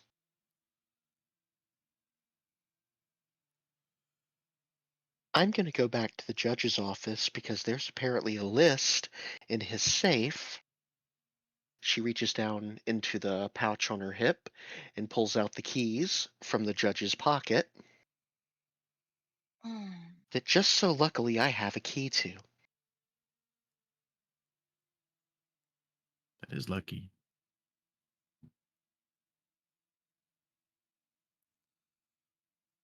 Vaughn, And then I'm going to find someone and I'm going to make a mess. Ooh, ooh. Vaughn, Yes. as Tenebrae and Lindario ran outside to see what all the hullabaloo was about, you were sitting there reading the book. You hear them converse outside. You're focused on reading what's in your hands, drinking from your water skin. As you let your mind kind of chew on that information, what do you do about it?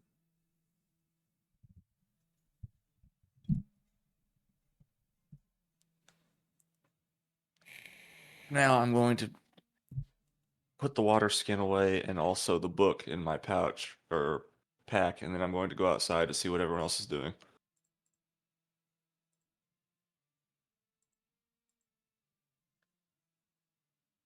Okay. You go outside and you see that they are all standing around talking as you see Lindario holding the journal you got from the judge's office. You see Tenebrae looking and listening, and you see Ashlyn holding a pair of keys in one hand and gripping the bridge of her nose with the other. And out of character, you essentially are arriving at the end of the conversation they just had.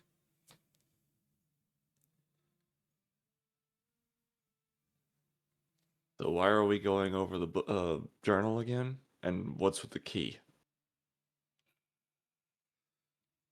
I'm The asking, church is sorry. causing problems. The keys to a safe in the judge's office.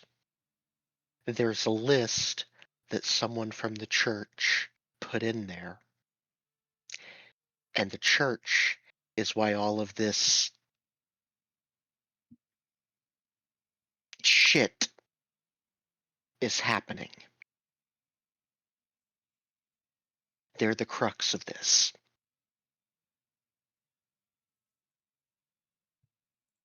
So then we need to go back and get that list from the safe. Uh-huh. All right.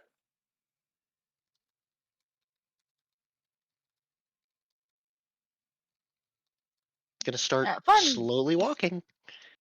totally random question. About what time of day is it? Well, I am writing something out.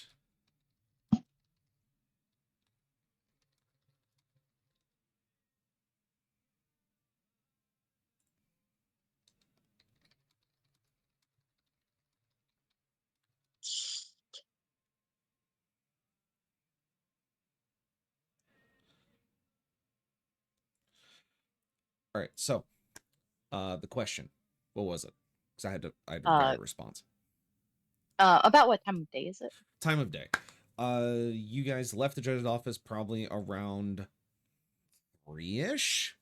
and it is now 5-ish. Late afternoon, early evening. Okay. Thank you for the follow, Mr. Reaper. Big appreciate. Thank you for being here. Thank you for joining the session. Enjoy. Yeah, about 5 o'clock. Oogie doogie. Just personally trying to keep track of relative time of day. Yes, Mhm. of course. So, I imagine, Ashlyn, you fill in. Well, you filled in Vaughn basically about that. So, I guess, better question. Vaughn, did you have any questions for your party before you go to the judge's office? No, I already asked him what I wanted to. Very good. Rest of party, you see Vaughn holding a book. No, I put the book Oh, in you my put pack before I Oh, walked that's right. outside. No, that's right. Yes, of course.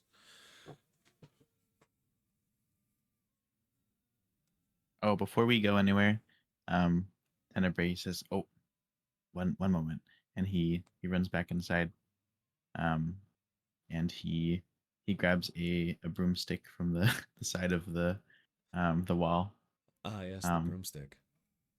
and he comes back out, carrying it. He says, "Might need this." What? Are you going to fly on it? Damn it! If we need to,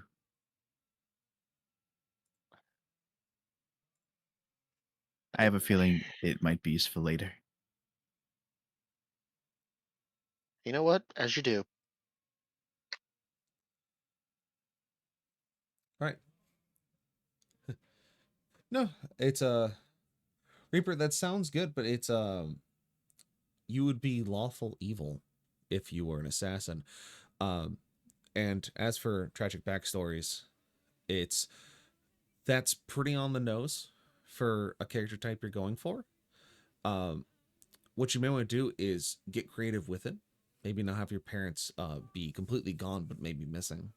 You know, you were raised by someone close to your family that brought you an organization. Uh, Flat on the nose, it's a little much on the edge. So I would definitely pull it back a little bit and put more body into the flavor. Otherwise, it's a good start, and you got to start somewhere. That I have a pair of characters that twin. are orphans. They killed their own parents. That's yeah. So like you can get really weird with it, Reaper. It doesn't have to be a straight line either. When it comes to background stories, it can be a little convoluted or a little bit what the fuck is the word I'm looking for? Mysterious, alluring, missing some pieces, holes in the middle, whatever. Basically, it doesn't have to be clear cut off the nose. Uh, there's some plenty of characters that I've even written that are like their backstory is very straightforward, but then it builds like cringy Well, Swiss cheese. Jesus. reading the chat, I don't have the option to swing at Twin or Cass, so sorry, Grim. Oh, thank you. No, my uncles.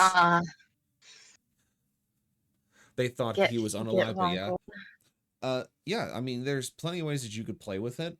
Play with like how old he was when it happened, kind of what's going for. But you explaining that part of it, the fact that um they couldn't get to him, so they went after his parents, is Oh man, he'd be dealing with crippling survivor's remorse. yeah, that would be the part of the flavor text that I would want to read, because it's not just a straight on the narrow of uh Batman-esque, parents were killed in an alley, spilling pearl necklace, tragic, raised by Huh? butler. Don't you make the huh noise at me. I know what you fucking heard. Huh? Huh? Huh? Huh? Huh? He heard his favorite word. It's fine. Batman? No. Yeah, Batman. Yeah, Batman. Esports. My Esports. special interest, Esports. Batman. It's esports. It's esports. Butler? Butler? Yeah. So it's the context always makes the character better. So saying that, you know, they went after his parents because they couldn't get to him because they had hid you away. All this. It sets up a lot of what your character would deal with. So it gives you a blueprint of how that lore builds down the road. Whether you're building the character for a story or if you're putting it into a role play session, having those, for lack of a better term, breadcrumbs. I should make him say I am the knight. Fucking do it. It's funny. Because no one's gonna understand the fucking reference in the world you're in, more than likely. And they'll be like, no, you're not. No, you're not. You're not. Nuh-uh. That's Celine. What are you talking about over it? It's, they could yell at you and be like, you're not What are a you god. talking about over there? What are you doing Tuesday? But no, so having that kind of build up and those blueprints into it makes that character able to grow and build. What Cass said about him having a massive survivor's remorse because his parents were taken out because they couldn't get to him for whatever reason or another. That you can play into. And so you can play into how, when he's a teenager, he's really upset. And then as an adult, he gets better, etc. But I love those kinds of questions. And if you join the Discord, you can also just shoot me those kinds of messages. We have channels for that. And I'll happily step in, give you advice, give you pointers, give you key things to work on, etc. I'm more than happy to do so because I love doing that shit. I've been doing it for 2 decades. But yes, thank you, and thank you for bringing that forward. I hope that helps. Now, you all make it back to the judge's office. It's easy enough to find the safe. It sticks out like a sore thumb. The key is correct in your hands as you push it in, turn it. The tumblers undoing themselves from their bindings as the door becomes able to be opened. And inside is a couple of pouches, stack of what looks to be paperwork of some form, and then finally a letter. The paper of it old and yellowed with age. I don't know why I said old and yellowed with age, but it looks aged, the paper specifically. Then yellowed with piss. I swear to somebody up there. You're gonna make me roll another D4 again, aren't you?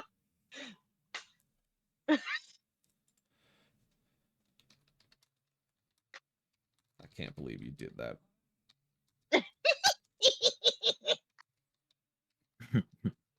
I mean, me it we're is talking cats. You about. can Yeah. absolutely believe she did that. Zoe's known me for like 3 months and already is totally unfazed by my existence. I accept you and who you are and the pain you're going to bring to others around me and potentially to me.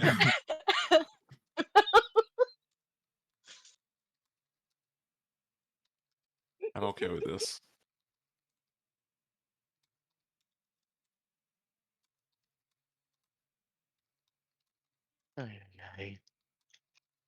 Anyway, So, the letter is there. It's in your hands. What do with said letter? I'm gonna read it. It's in a wax sealed envelope. It's gonna get opened. Okay? Go get unsealed. So you don't look at the letter Mm. otherwise? You just pop the seal, open that thing up, and then get the letter out? Well, I mean, obviously, I'm gonna look at the seal. Is it the seal of the church? Is it the seal of the Inquisition that I would recognize? It looks correct for the seal of the Inquisition. Okay. Give me...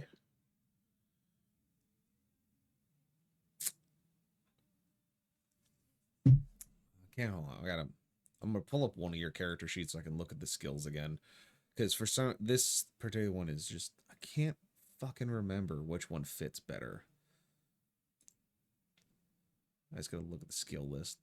Bum bum bum bum bum bum bum bum bum bum bum bum bum bum bum bum bum. Give me insight, Miss Ashlyn.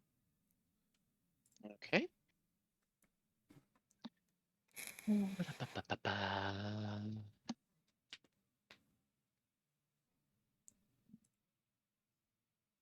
23. Fucking pog. Okay. So you look at the seal and it looks correct until you notice that there is a slight something. It is just your gut is twisting, telling you to look closer. As your fingers kind of reach for the seal to break it, it's just something is sticking you in your tracks. And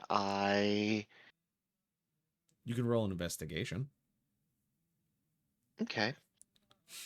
Basically, take a good long gander at that paper that's older than Lindario. I'm screaming into the abyss. Let's see here.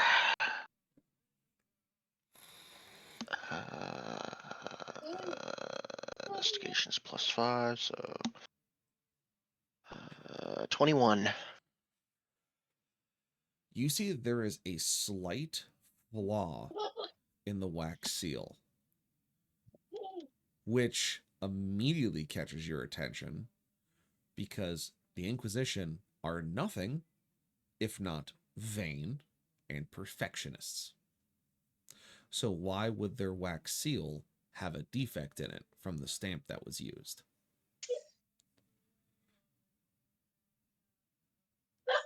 Could it be due to the age of the letter? Since you said it's older than Lindariel? That was more of a stab at her ego, but it is old enough. It's at least 50 Yeah. years old.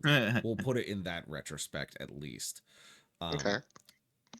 But it's been in a safe. It hasn't been moved. And it doesn't look like the wax was cracked or broken. It doesn't have those frayed edges that happens along sealing wax. It Okay. just seems that it wasn't stamped right.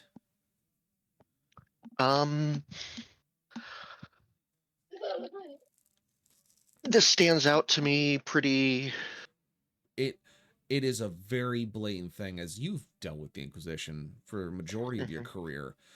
The fact that there is a defect in this stamp is hurting your brain because you keep all of your things in very specific places, specific heights, tensions, distances, perfecting your craft to make you the better killer.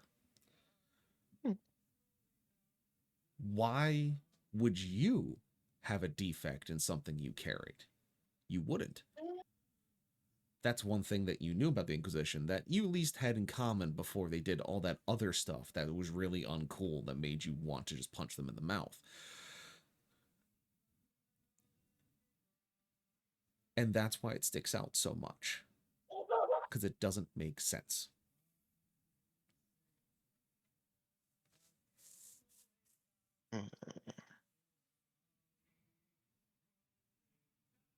Now, what do you do with the letter?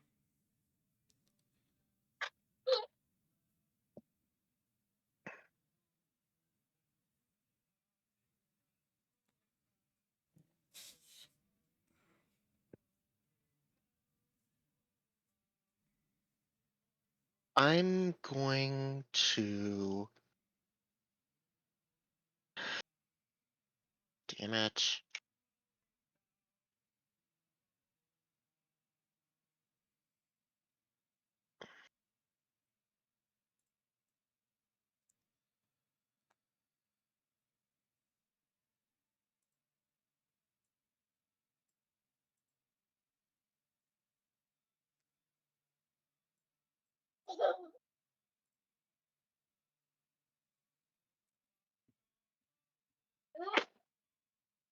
I guess.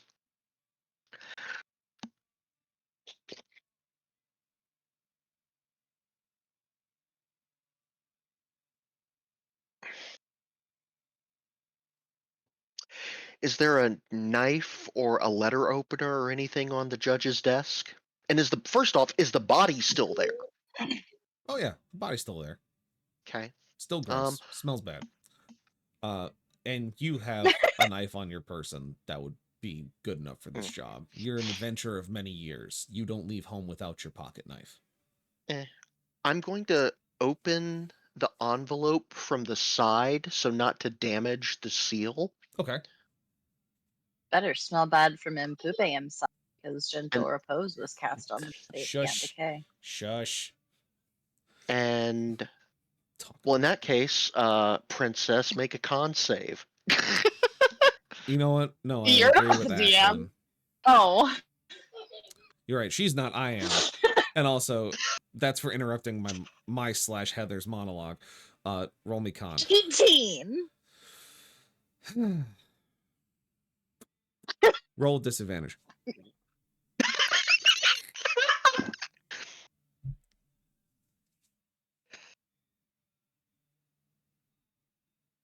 3. You cannot stand in the room. You go to make a sassy Oh comment. no, wait, those were checks. Fuck. Well, take those numbers Vodka. and add Okay. the saves to them. So, Oh, it doesn't matter. One of them's not It one. doesn't. oh, It doesn't matter. oh, Yeah. it was a crit fail, not just a 3. It was a crit fail. Now, chat, Very nice. just so you're all aware, players as I well, got because now I get to oopsie unveil. table. Now I get to unveil one of my favorite things that I like to introduce into games: Not the oopsie table. the oopsie table. I'm not a druid this time. You can't just turn me into a ferret. I'm actually scared. But there's a second half to that. Oh, Is that no. the characters don't know this quite yet. You, the chat, will know. Players in turn. Is that I will also be introducing fate and dread points. These are going to be essentially spendable currency for myself and the players. For every nat 20, you will get a fate point. You will start the session with 2. And if you use them, they will give you advantage or the ability to do an emphasis roll on something you want to deal with. The other half of this coin are the dread points, where I start with 1 at the start of every session, but every natural 1 gives me another. And I, with those, can impose negatives. I can activate certain monster abilities, give them special attacks, heal them. I basically get to have a point of divine intervention, or to use it to place disadvantage on something that I really want. And so that's what's going to start today. Oh no. So, first thing, I get to pull out my favorite book.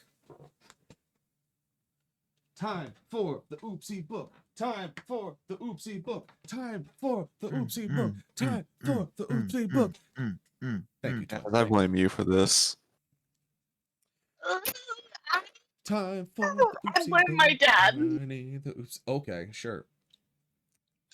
No, listen, I blame my dad. Not only did he wake me up at 2 this morning to braid his hair, but he also gave me a uterus. And none of his height genes. He is 6'1". I am 5'3". I live my life mad that anyone can put something up on the top shelf and I can't reach it. Oh no, it must be so. I mean, so bad for I you. have 3. You probably have a hard time with the middle shelf. I can stand on my tippy toes. Yeah. Yeah, Yeah. yeah. Yeah. Listen, it's bad, alright? I have to wear my 4-inch pumps if I want to stand at the counter and chop anything for more than 2 seconds. All right. Starting on Where's your step still dice at? roll. That's what I don't just know. I flagged. genuinely don't know. That's fair. Does someone in chat want to give me exclamation point D8, please? I want to involve chat on these because that's fun to me. I want to do it. You're technically in chat. You can. Oh, Arcanus got it. Oh no, Fluffy did it. That's a big meaty Yay. roll. That's a meaty job, Ark. roll. I love that. I love that. Pog, If pog, pog. Fluffy did that big meaty roll. That Oh, yeah? sorry, Fluffy, you're never living that one down. Meaty roll.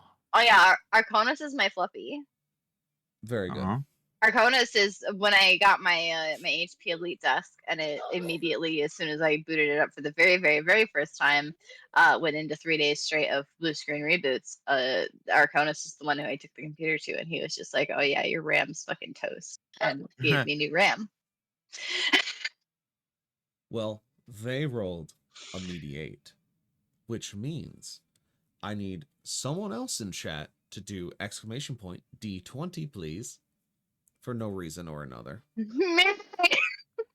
Castell Rose wrote it and got a 6. Fuck. All right. So, I'm trying to save myself. for the Man, you rest, rolling is what got you here in the first place. for the rest of session, Oh the no. rest of session, you will have disadvantage against poisons, diseases, illnesses, and curses. Oh, so I'm just me. Yes. Gotcha. You've become you for real, for real. Shit.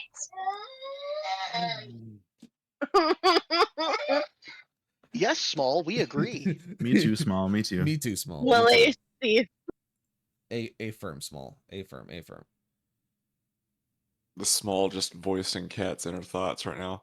Absolutely. Oh, she's over there all smiles and everything too. She knows she's being psycho. She's being a little nuts. Hey Lily, I love you. Yes. So, God, the audacity of her to say nope. So, on top of you sprinting out of the judge's office as you herk and gurgle, you also now have disadvantage against things against Shakan when it comes to diseases, poisons, curses, and what was the last one? I thought there was 4. Oh, illnesses. Yes, of course. Yeah, it's just me. It's just you. If you it's a run out. health-based thing, I roll with disadvantage on it. Amazing. So Lindario, you run out of the judge's office, pinching your nose and gurgling as Ashlyn, Who's Allison? I don't fucking know. Ashlyn, you open the letter gently to the side with the knife and are allowed to pull the letter from inside without damaging the seal. Vaughn and Tenebrae, as this whole scene is going on, you see Ashlyn is quietly thinking and going through motions, opening a letter, opening the safe. You've seen Lindario step in, open their mouth to say something sassy, and then immediately sprint out of the judge's office back into the main city hall, basically through the door into the city hall. What do the two of you do in these few seconds that have passed since you've arrived back at the judge's office? What just happened? I'll go to check on Lindario, I guess. Cool. Yeah, you go that way. Vaughn? I'm going to wait to see what Ashlyn finds in the note and wonder to myself if Lindario is going to be okay. The answer to that is no. Never.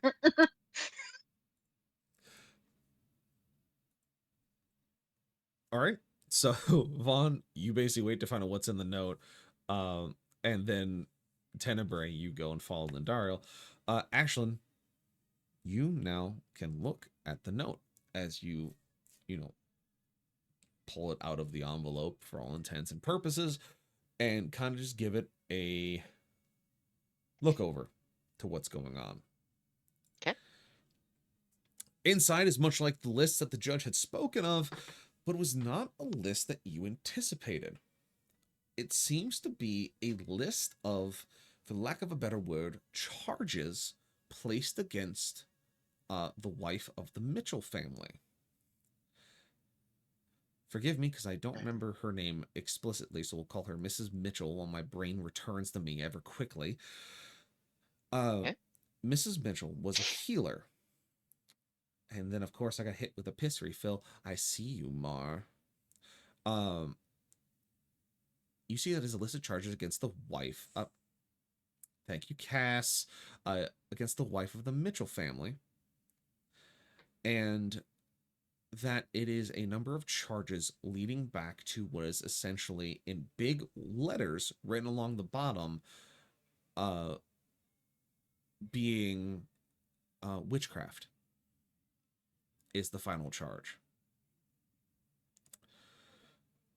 And it is signed by an inquisitor.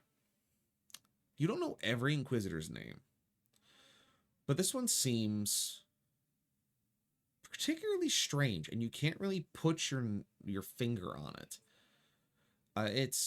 It's written in a very odd script. It seems to be very marked, and it's very hard to decipher. What would you like to do to try and read it further?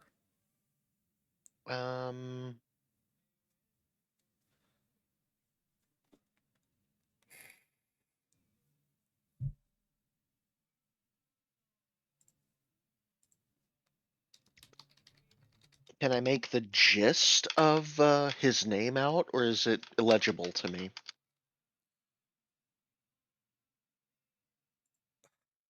It is slightly illegible, where you can kind of make it out, but you don't want to assume, so you want to try and take the time. You can give me, we'll just go with investigation again, as you're going to do some method that you've learned over the years to try and read the letters better, whether it's mind focus or otherwise.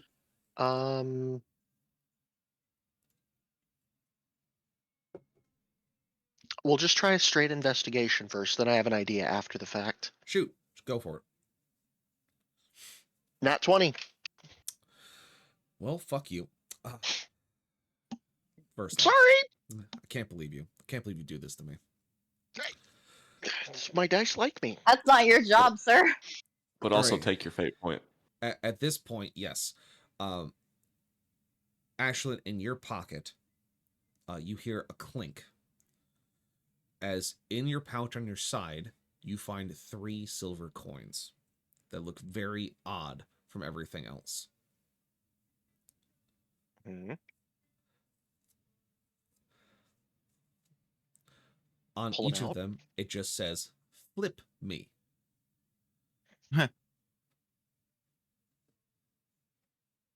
Okay. We'd have a tramp stamp like that too.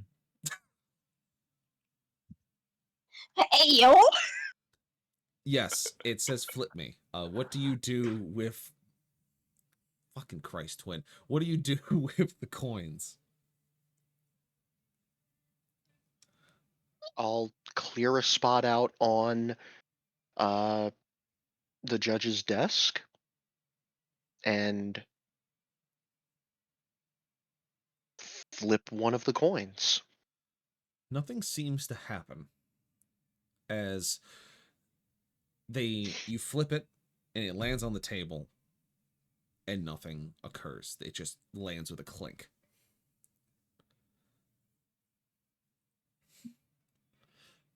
Good things always come in threes, so I'll flip the other 2. Nothing happens with those as well. They flip and simply fall onto the table. Why have you just begun randomly flipping coins? I'm thinking. Don't question the method. Oh no, Vaughn, you don't see coins. Oh.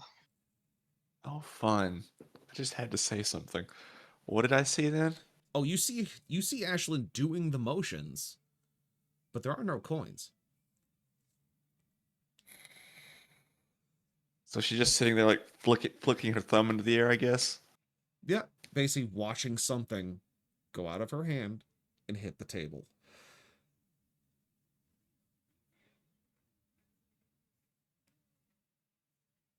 Okay, I just respond gonna the same cock way. an eyebrow at her. Don't question the method.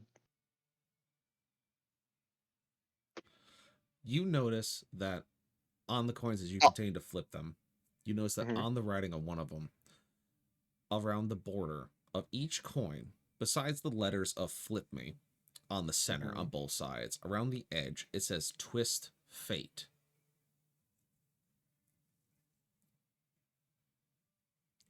Out of character, these are the physical representation of your fate points. Okay.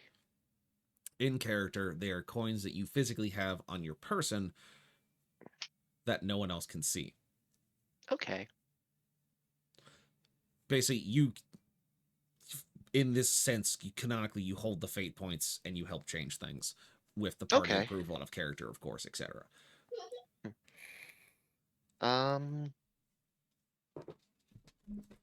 Okay.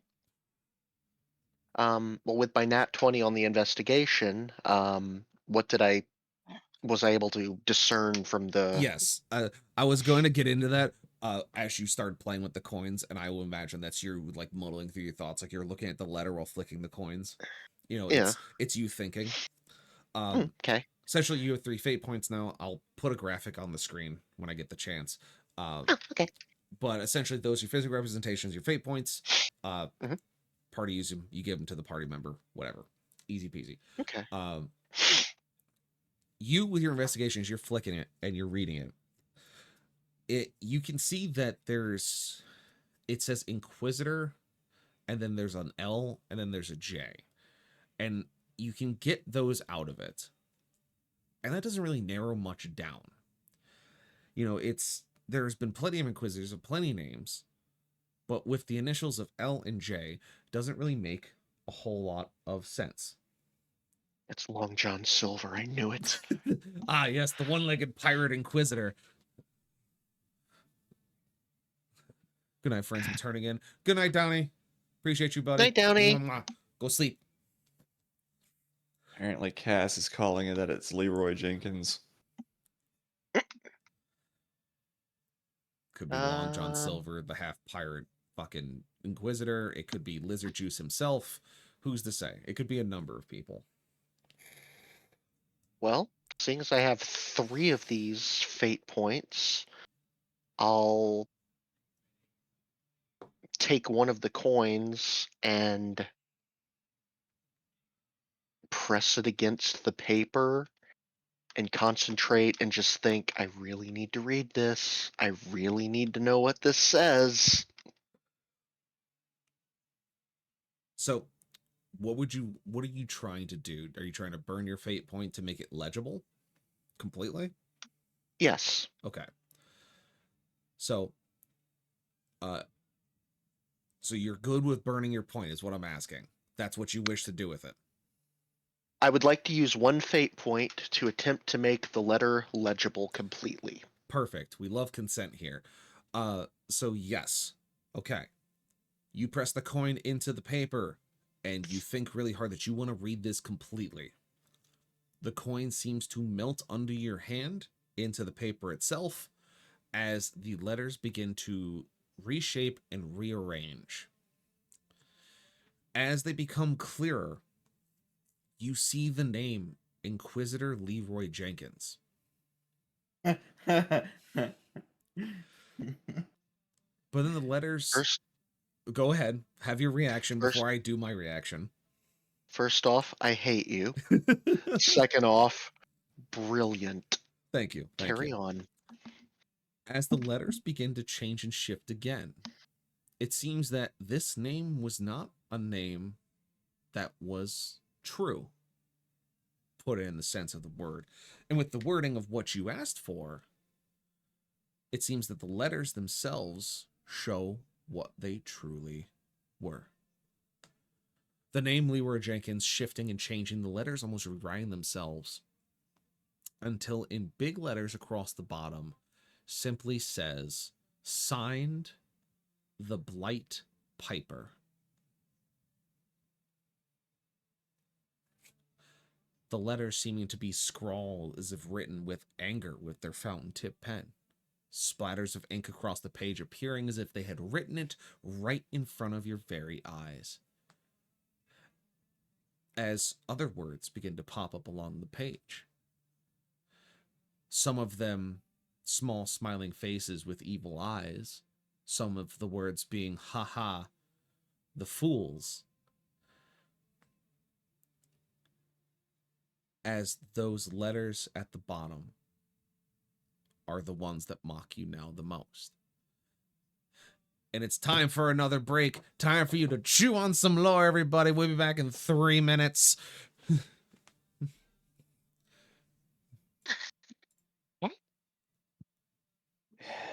You fucker.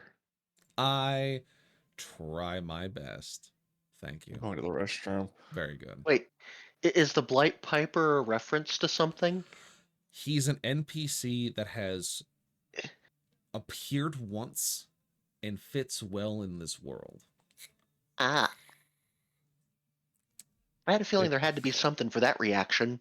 I wasn't present for him personally. If I remember the story, he's very fucking Nurgle related. You fucker. He's a very special NPC close to my heart. I'm glad you weren't there for him personally in complete essence, because you're half right.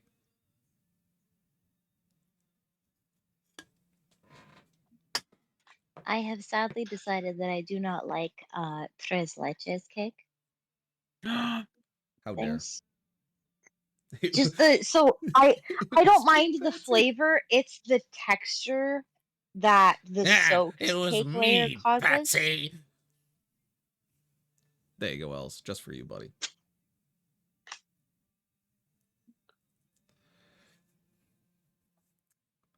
Maybe try putting it in the fridge or the freezer to solidify it? I might try that when I get up. I might put it in the freezer.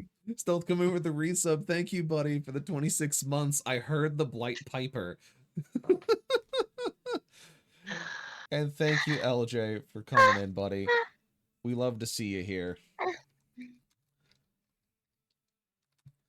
Yes, it is finally happened. I am now a published author. Wow, indeed. It is truly a time to be alive.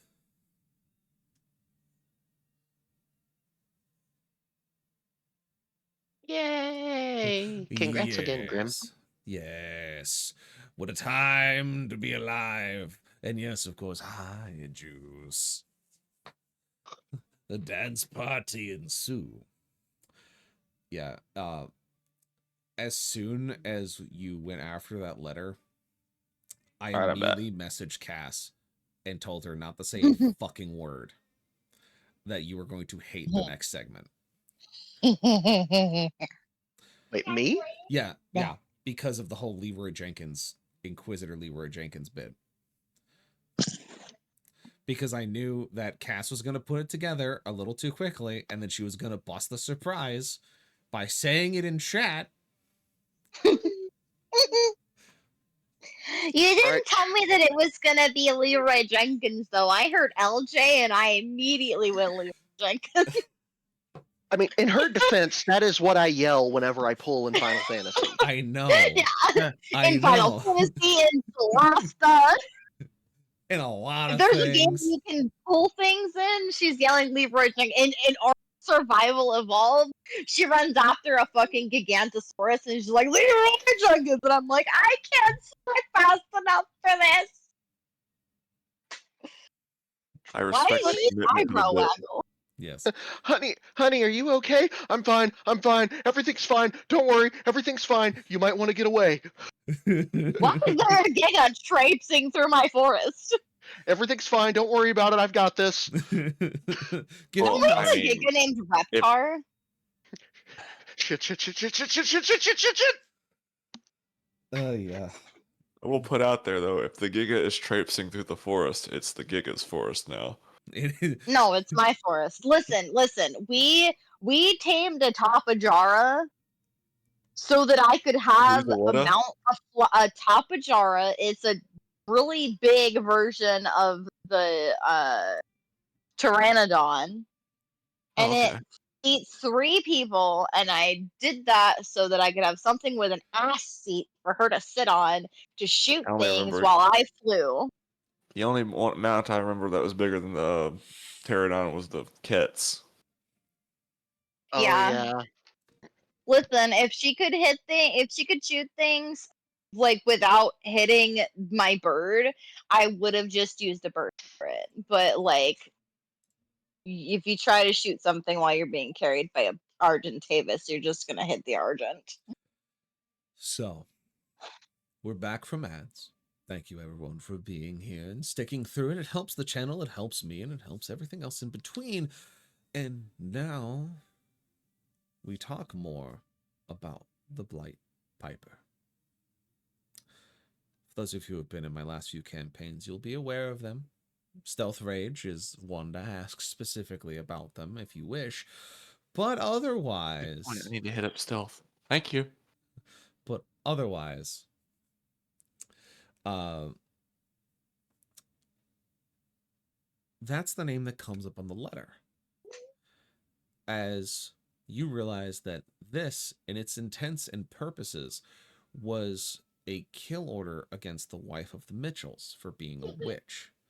And then as you push your coin into it to simply have the letters become their true selves, to become completely legible in every sense of the word, it showed its true name. And now that the Inquisition was never here, that this set of events that now finds yourself in the middle of was set in motion by a person of that name.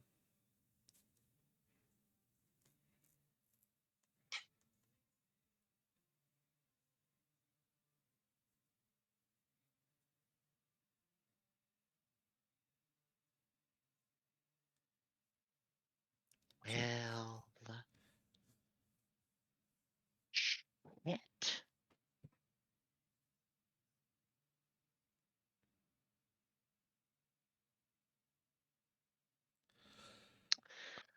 Um, can I make? Have I heard the name anywhere before? No, it's not a name that you're familiar with. Hey.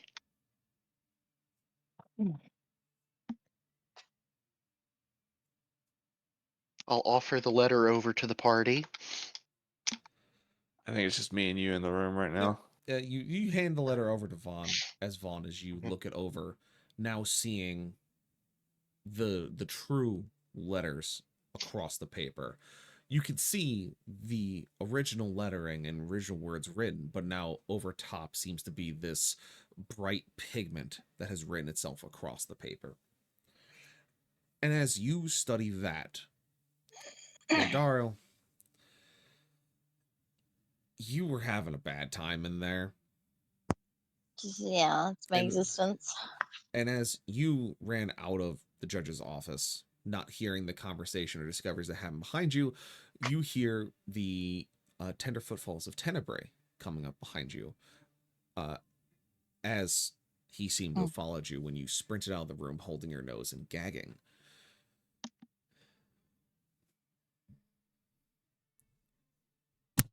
Whoop, whoop, whoop, I dropped shit. Sorry. Don't drop me. Dario? I'm fragile. I'm good. I'm good. I don't do well with death, apparently. That is understandable. Um,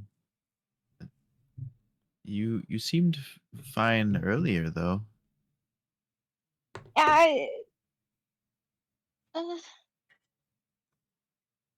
it might be just things starting to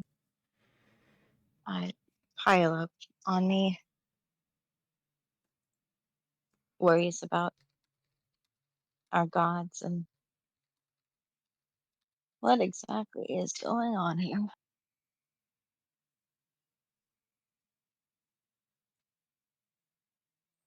I see. Um, well, uh, I forgive me. I'm not the best at this kind of thing. Um, but uh, I believe that we can help each other through this. If you know, if if you believe in us, I think that we can find a solution to this quickly. I think I just need a moment. I am 120 years old. I should not be running from things like a scared child, but I think I thought I was going to vomit. I know that logically, I know the body cannot decay because I understand how the spells we weave work, but I just, I don't, um, however, I think all I really require is a little bit of fresh air. If you would like to rejoin Ashlyn and Vaughn, I should hopefully be able to enter the room momentarily. I just need to collect myself and behave as if I have been on this for 120 years. Very well. Um, he rummages through his satchel for a moment, and he pulls out um a small bundle inside of a handkerchief, and he very gently offers it to her. And he says, um, a bundle of nice smelling spices. That it might help. And he makes his way back to the other side.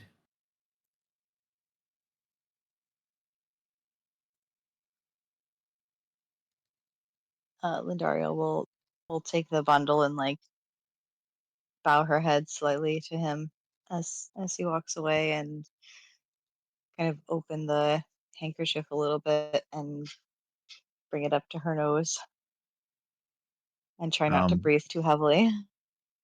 it has a few little sticks of dried cinnamon, some star anise, a few other little things that are nice and smelly, like a potpourri kit. I unironically actually really love potpourri. Me too.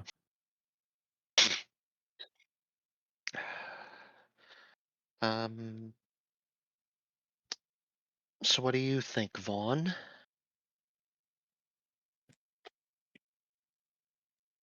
I'm not really sure what to make of this. To begin with, I don't understand how they've gotten, or how you've managed to get, or sorry, one moment. My brain is not letting me word the words I want to word correctly. Oh yeah, words are hard. Yeah.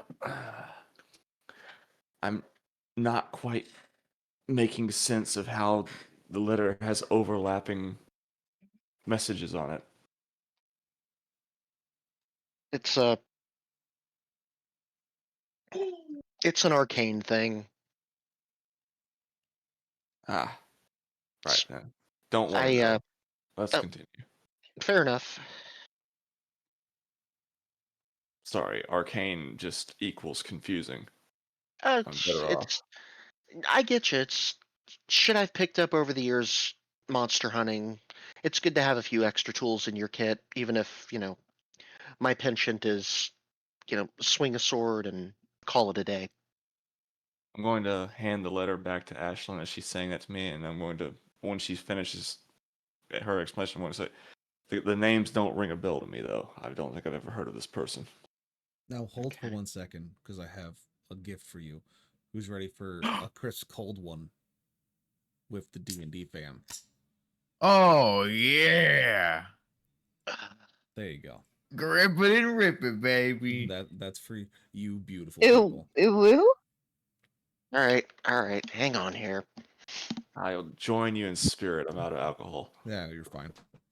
You're here. That's the big part.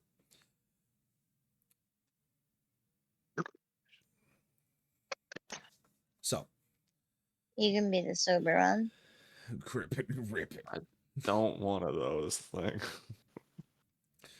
So, By the Vaughn, power vested in me by alcoholic drinks, I cast Fireball. I'll actually cast Angry Orchard, but I mean, to each your own.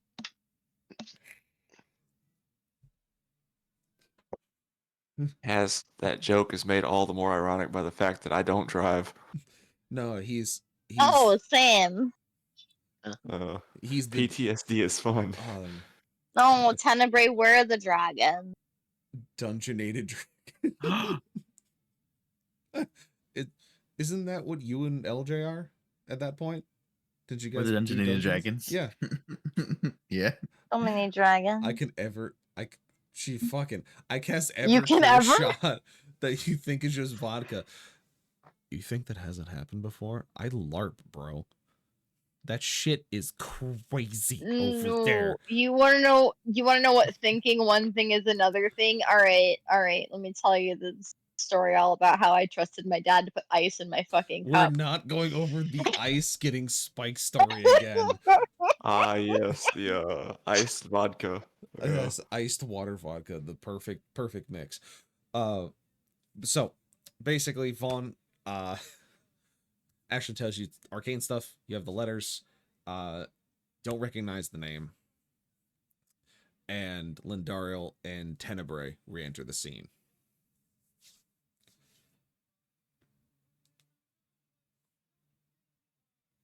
Welcome back. Everything okay? We're fine.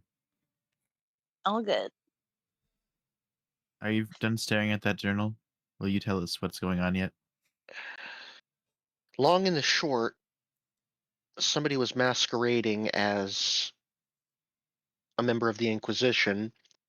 She'd offer the envelope over with the still intact seal. I don't know how familiar you are with them, but if anything, they're anal when it comes to presentation. The seal's got a flaw in it. And then the scroll inside of it, or the letter inside of it, was, for lack of a better word, enchanted to hide its true message. I took care of that with a little trick I know.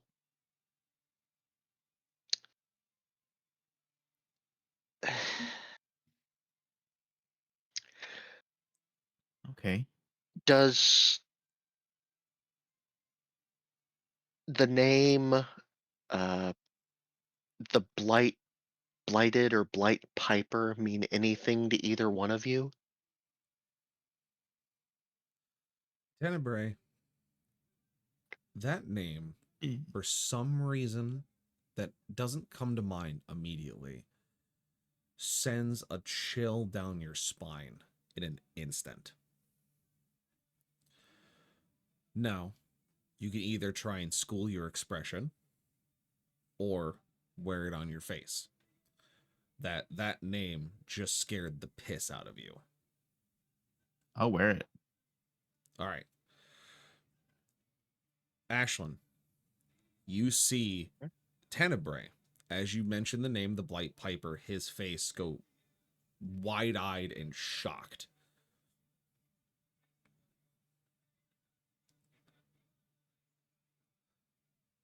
Oh. I take it you do know it then. I don't understand. I don't know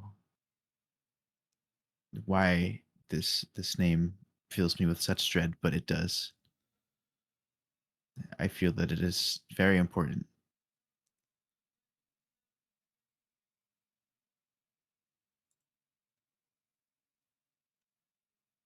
Awesome.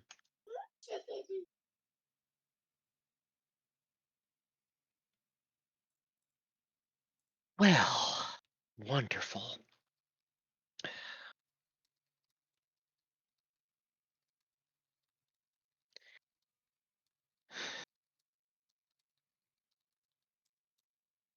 Can you give me any reason why? Well, I believe we've thoroughly explored the idea that our memories are not what they used to be. If you could calm your temper a little bit with me. Oh no, I'm I'm not upset. I'm legitimately curious.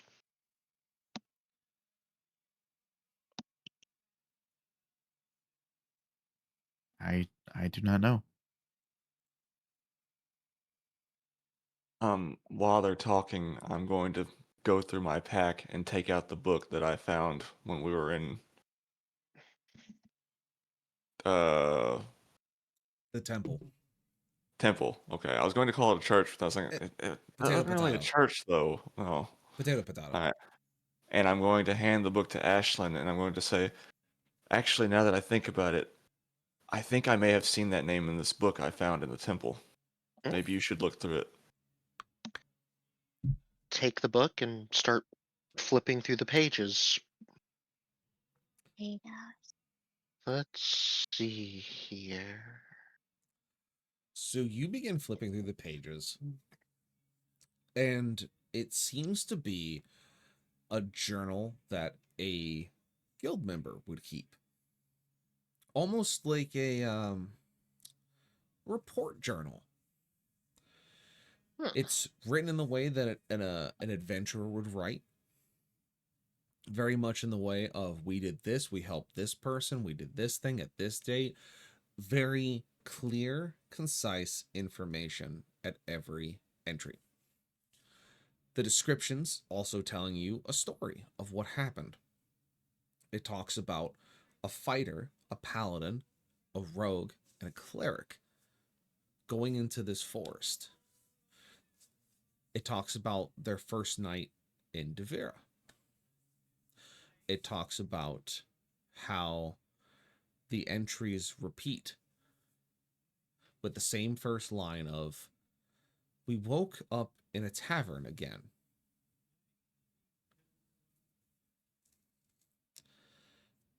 And then the final entry you see is, we saw that man in red again. This time we tried to find him. He led us You into just the completely forest. froze up on my end. I didn't Yeah, hear it anything. was Oh, you very did? dramatic. Where'd I leave off? Where'd I leave off? Is Yeah, is dot dot Oh, dot. very good. Oh, fantastic. So Them waking up repeatedly in a tavern was the last clear thing that came through. all Yeah. right, very good. So the final entry is waking up in a tavern again. The same line every time. Shut up, twin. Just hits this end stream. Keon is suck it. No, it's the first line is, we woke up in a tavern again. And it's repeated over multiple entries. Then the final entry is that we saw the man in red again. This time we tried to reason with him, to speak with him. He led us into the forest.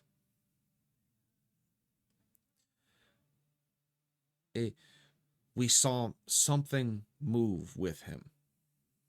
We couldn't tell what it was. We left the cleric at this morgue they've set up for their dead. He seemed to wish to help them. We went into the woods to follow the man in red. I write this now as I lay on a table, more than likely ready to perish and meet my own gods because we followed him into the woods. I Sir Cornelius Arthurhan, sign my final will and testament. We should have listened to Tenebrae. And that's where the entry ends.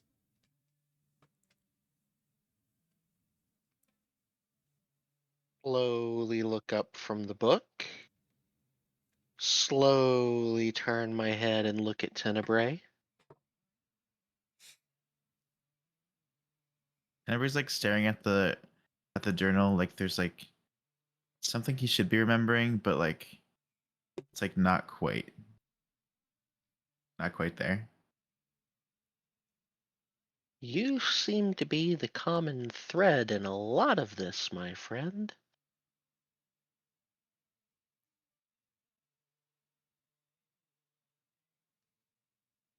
How do you mean?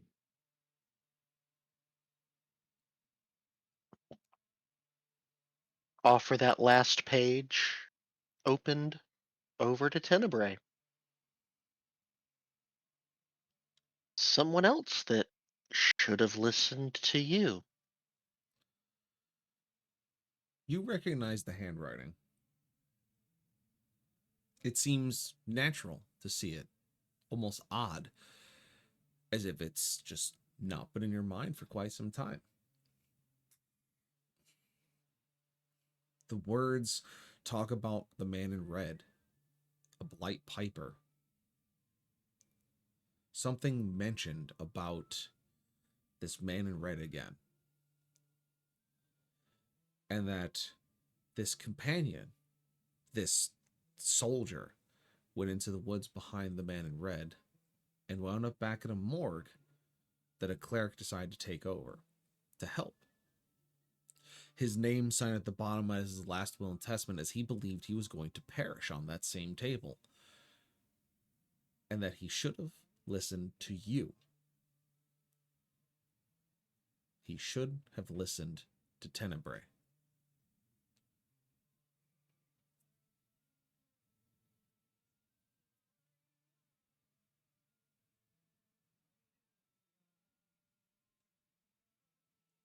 Tenebrae like he tilts his head to the side as he's reading. And um the first thing comes out of his mouth is well, I think my advice is pretty good, but um I I wish I could remember what I might have said to this person that they should have listened to.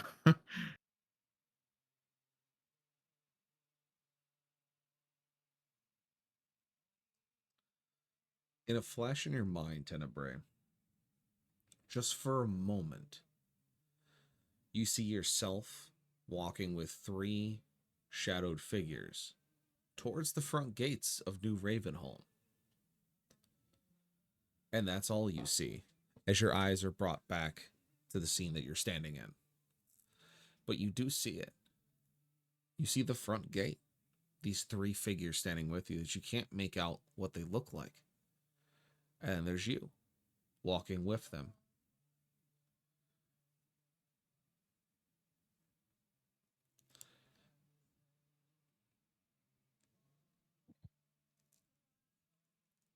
We should never have come here.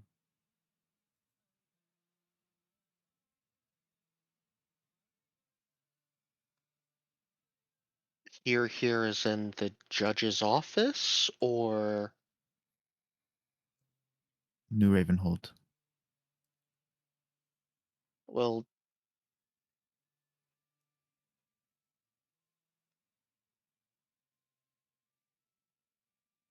you didn't come here with us, at least that I can remember. So, when and why did you come here?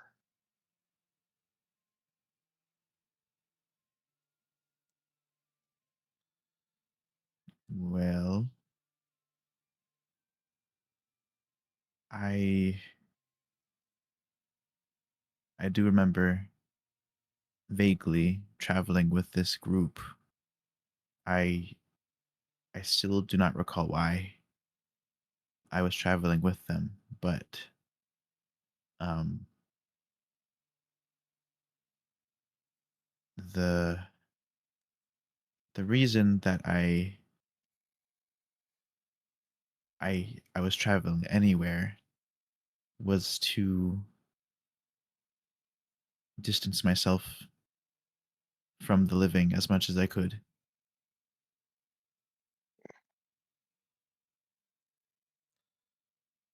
Tenebrae, as you let those words kind of hang in the air between you and Ashlyn, you have a memory of a medallion that you got. Something small when it was given to you by someone. It was clean ish, dirty over the years, of course. And when they gave it to you, it looked the same. But as you try to remember it, all you remember is that you have a clay medallion you wear around your neck. But your mind screams that they're the same. One being of cast metal and intricate detail, the other one being a carved, almost clay figure of the same shape laid around your neck.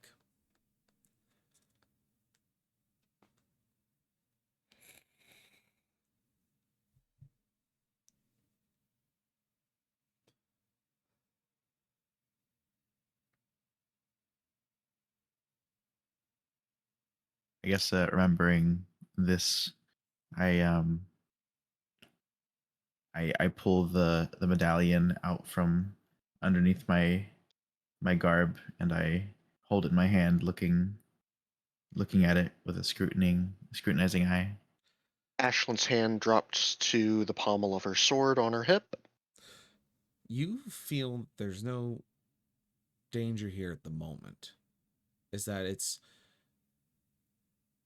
that there's a weight in the room to you, Ashlyn. Not the weight you're usually used to of the tension of fights and the adrenaline touching the air. It's something else.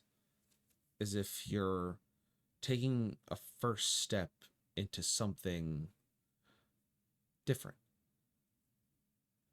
As you kind of watch Tenebrae hold the medallion in his hand, looking at a scrutinizing eye, as Tenebrae, you see that the clay around this medallion is cracked, flawed, as if it was never meant to be there in the first place. Um, I'll take one of my talons and try to start like, I guess, seeing if maybe there's like some like maybe it's like stuff caked around something underneath, and I'll try like kind of picking at it a little bit. Yeah. You pick at it, and as you kind of get underneath these cracks, pieces of it start to come off. As Ashlyn, you recognize the symbol immediately. Symbol of the old guild. The progenitors of you.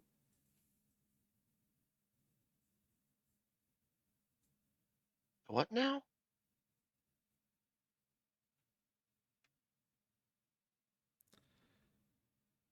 How old is this progenitor guild? There was a reformation a few decades ago, specifically meant to bring in experts, smarter individuals. Before they were simply torches and pitchforks, almost like an inquisition. And then there was a change, very sudden, number of people being removed from power and replaced with those who wish to bring a more refined hunter of monsters. They start bringing in dungeon delvers and hunters and trackers and scholars and wizards and arcanists and sorcerers and wild magic users, druids even, to help starting to not only deal with monsters but track them, keep them safe, move them away from people. And that was about 50 years ago. And the symbol that I see on Tenebre's amulet, or the way it's shaped, is from the prior flavor, the Inquisition-like one? Yes, that it is the old guild. And that if Tenebrae has that amulet, it has to be, or medallion in this case, medallion, Mhm. that it has to be at least 50 years old, which puts Tenebrae here in this moment 50 years in New Ravenholm. Tenebrae, how long have you been here? About less than a year. Why?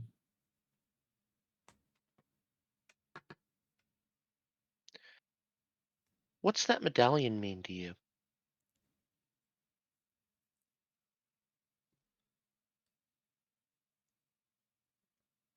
Absolutely nothing.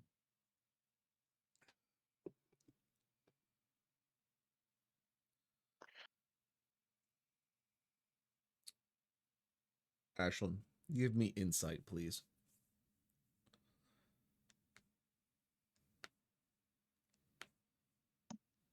Um, 17? You feel. Oh, excuse me, I had to burp. You feel that. It was a dramatic pause, I swear. You feel that he is not. He's not withholding truth. He is completely honest in this moment. There are no signs that he is lying. But it seems as if he was forced to forget. As if it's truly not there, but yet he seems like he wants to know. And would If it Lindariel means recognize the amulet with her being old? You're 120, elves mature at 70-ish.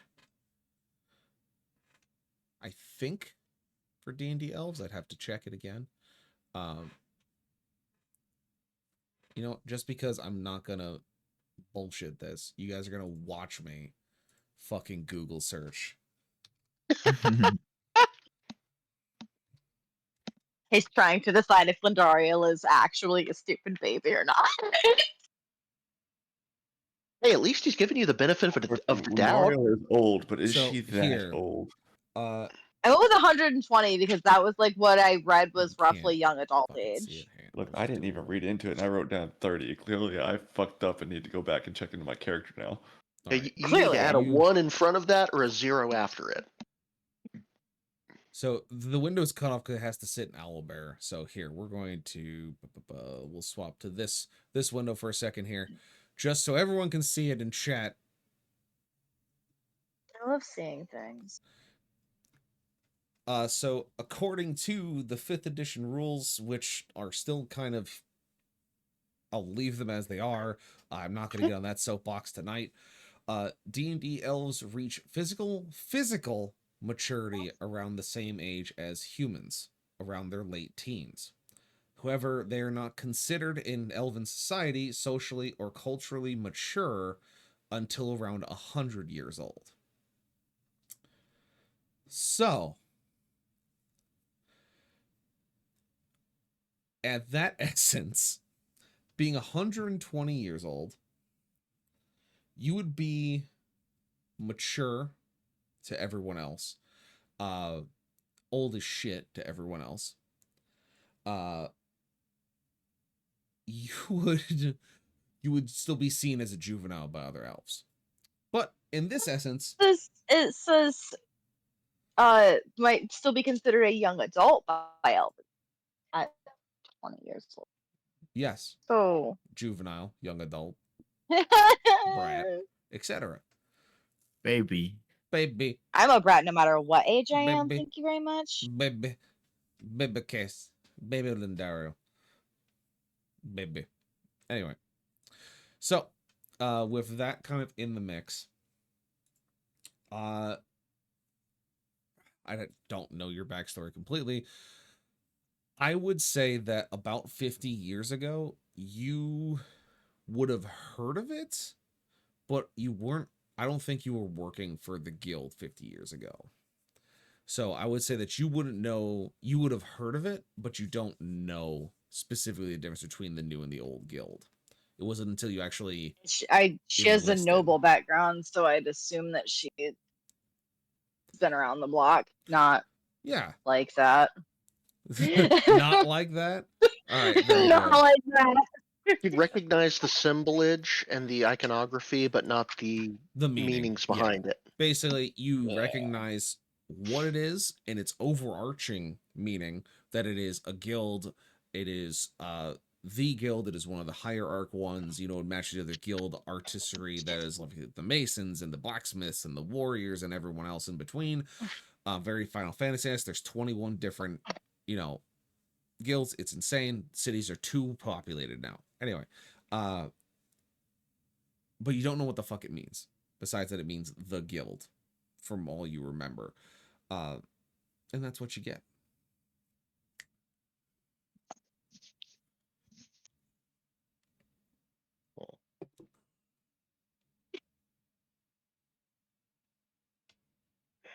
Okay, I don't really have anything to add to that.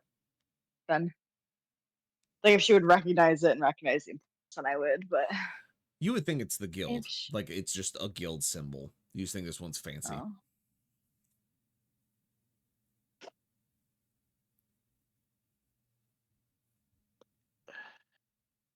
Do you all recall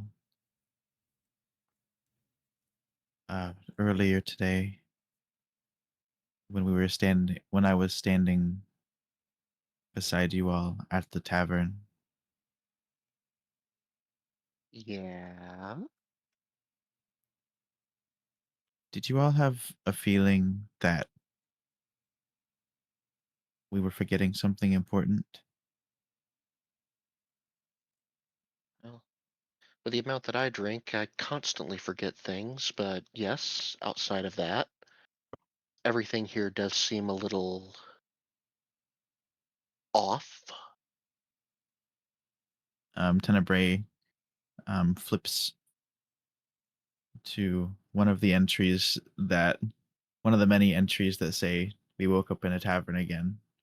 And he holds it out for the others and points he pokes a talon at one of the entries. Yeah, I Okay. saw that too. So I think we're stuck in the same event over and over again. But something persists. He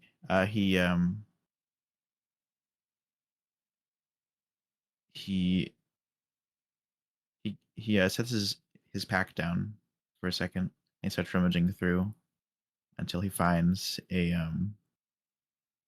his writing supplies. He has a thing of ink and he has a pen and all that stuff. And he starts getting the supplies ready. And he says, Mhm.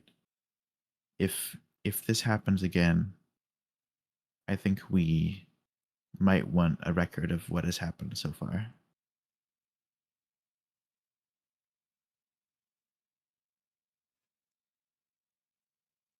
Probably a good idea. We should all have something down in there that only we would know. So Speaking there's of no way which, that we could. well, continue your thought.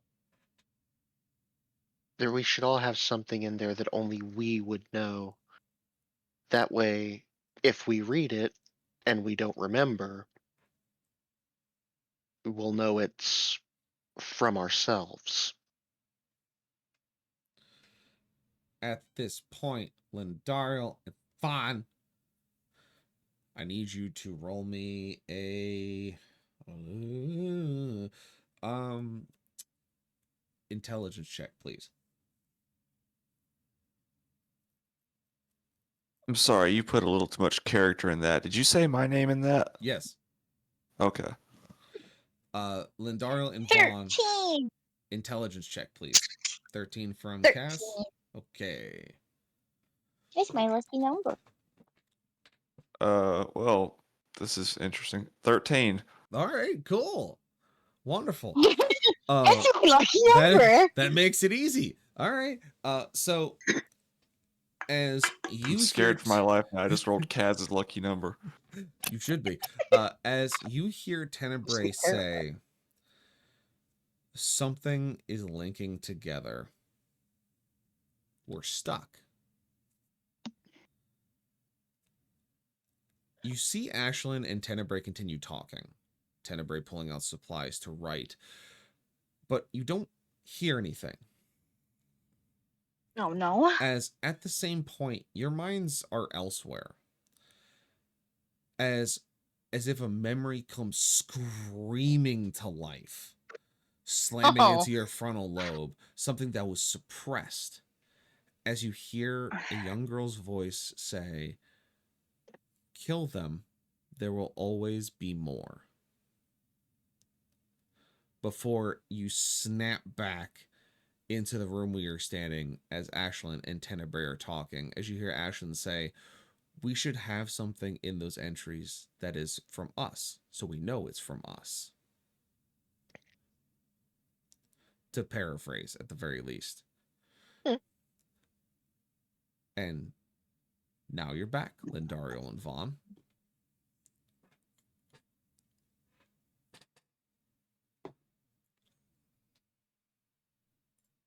Would Lindariel be able to mask the kind of visceral reaction that she would have? You tell me. Oh gosh, what do you want me to roll? Gosh, yeah. So that is going to be a deception check if you wish to hide your emotions.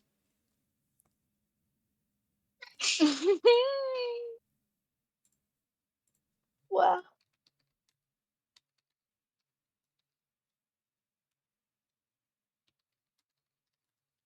What did Not you my get? lucky. a 12. Okay. Vaughn, are you going to try and mask your emotions, or are you just going to kind of let it ride? I was gonna reach for the water skin again, actually. Oh, fair enough. You get advantage on your deception. Damn, if only I were an alcoholic in character. You said advantage? Yes. 19. Very good. You school your emotions very well, Mr. Vaughn. It's not your first time receiving bad news. It won't be your last. And it's not the first time you've seen those nightmares either. You've lived through those enough times to count on both hands. Lindaro, on the other hand, your face looks like you saw a ghost. Just wide mouth, big eyes, big pupils, freaking the fuck out, pale as a sheet, even though you're already pale as shit, but paler. See, if she could get any paler, she's fat now. If she could get any paler, she would be translucent. It's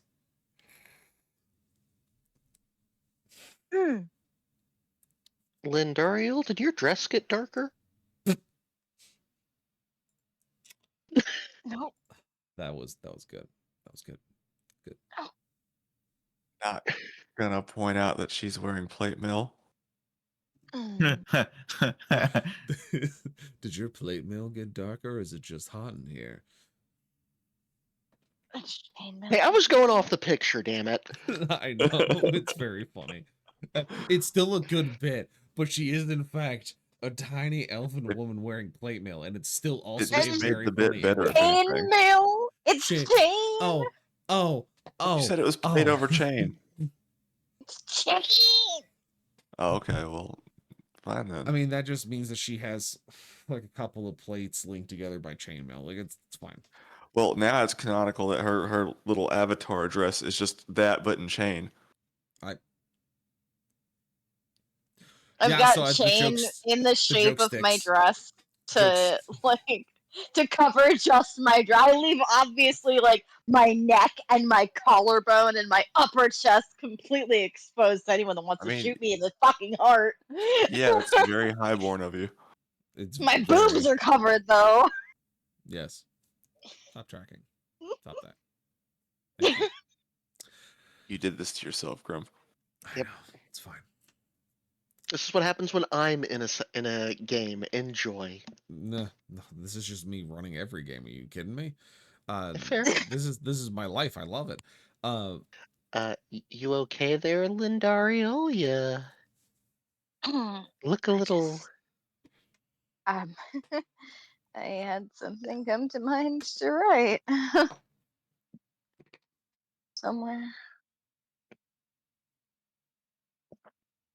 Gotcha. I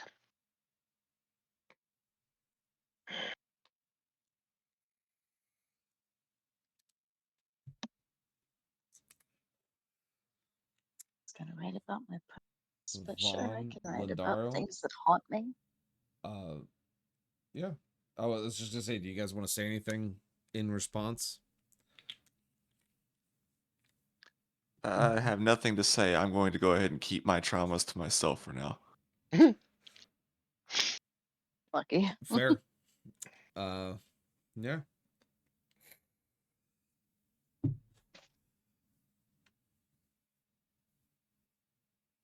uh, Tenebrae. Yes, he like has not paid any attention to what was happening above him as he's like furiously scribbling in a fresh entry of the book.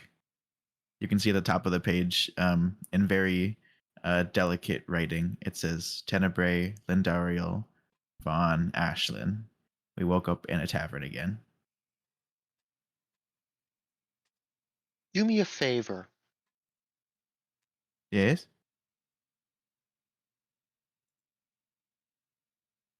Put one word in there for me. Okay. Dawn Spark. Okay. And he, um, next to Ashlyn's name, he just uh, like pencils in like in the margins the word Dawn Spark, circles it, and like kind of does an arrow next to Ashlyn's name.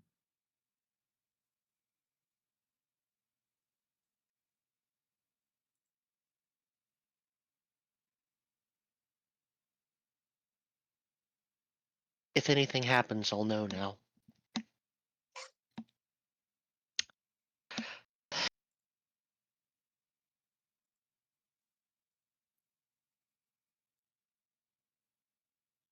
I've been thinking about what that kid said earlier, and I think I know what our next avenue might be. Burning down the woods. Hmm? Burning down the woods. Not necessarily if there are people held in there. I'd really rather not have that many quote unquote innocents on my conscience, Miss Life Cleric. Um,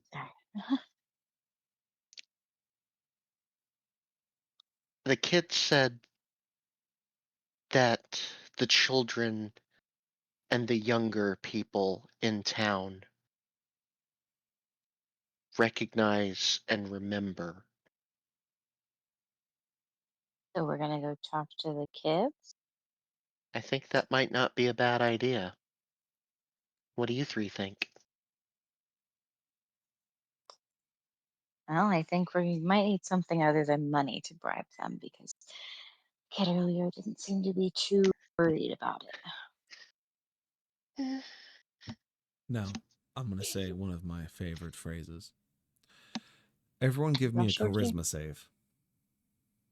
I hate that. Charisma save? Yup. I think I'm gonna use one of my 20. 20. let's see. 15. Ah, no, that's fine. Let's do it. Do it. 23.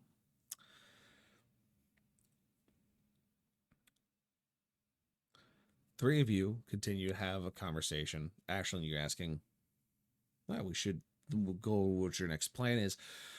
As you all look around and Vaughn is not there. Vaughn, in the middle of the conversation that Ashlyn, Lindario, and Tenebrae were having, you felt a melody cross your ears. A beautiful siren song that seemed to pull you outside. You walked without a care in the world, without a thought, as you simply turned, left the judge's office, went out of City Hall towards the main courtyard, and seemed to fall in line. Not to interrupt you before you get too far ahead. Did this by chance count as being charmed? Because if this is being charmed, I should have rolled with advantage. Well, if that's the case, rewind and then yes, it is a charm spell, if you will. Ha! Oh yeah, Vaughn and I both have advantage on being charmed. Yeah. 20. Wonderful. Elves. Elves. What's your whole narrative? Yeah, you fucked my whole narrative. All right, so none of that happens. Get boned. Thanks, Vaughn. And none of you hear a fucking song. So that's real cool. So yeah, where do you guys go next as the cliffhanger evaporates in fucking front of me?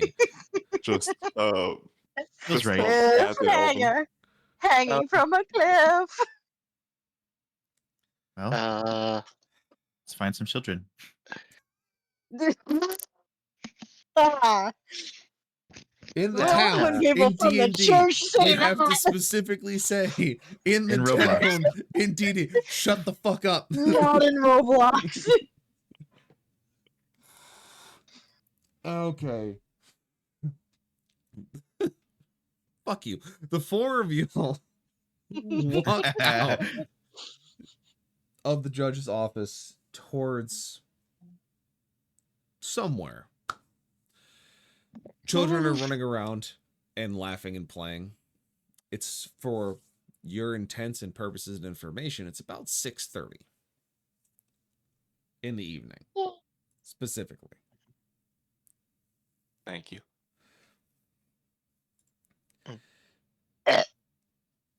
Nice. Oh, I didn't think it was that loud. I covered my mouth and everything. Mission failed. Eh. We'll get him next time. We'll go next time. So you all seen kids playing, having fun, running around with their parents as people walk to and from market stalls, and everything's beginning to kind of close up for the night. As you see parents grabbing children and hustling them home, those that are close by, others are kind of walking towards the homes, towards the far side of the town. And as the last rays of the sun begin to dip down over the horizon, you see the kids stop in place. The ones outside, at least.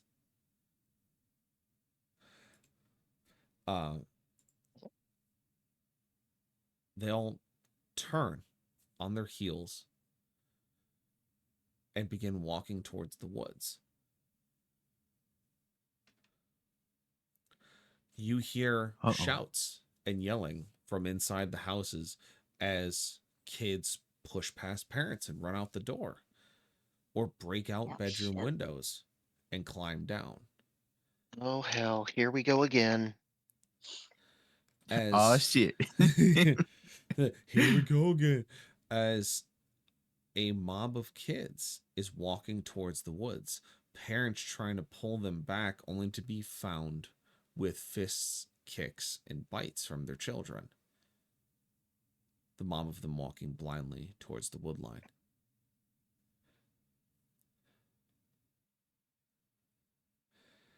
Are there any that's within a reasonably close distance of me?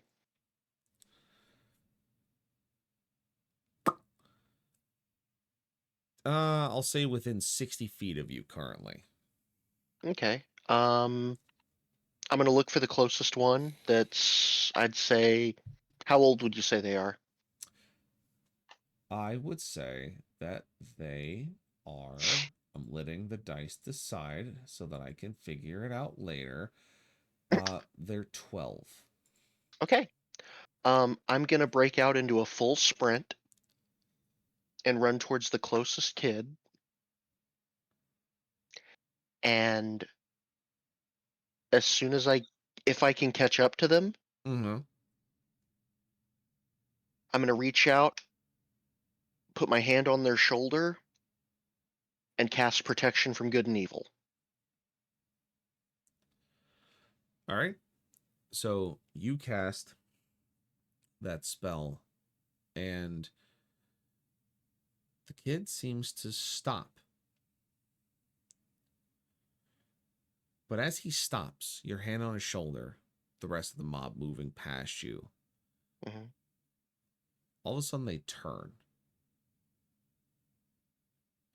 And they now look at you directly before their eyes fall to the child that you've just released from whatever was pulling them along.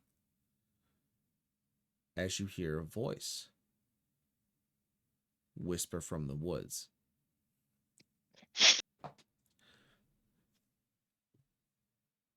You're just like them. And that's where we end our session tonight. Fuck.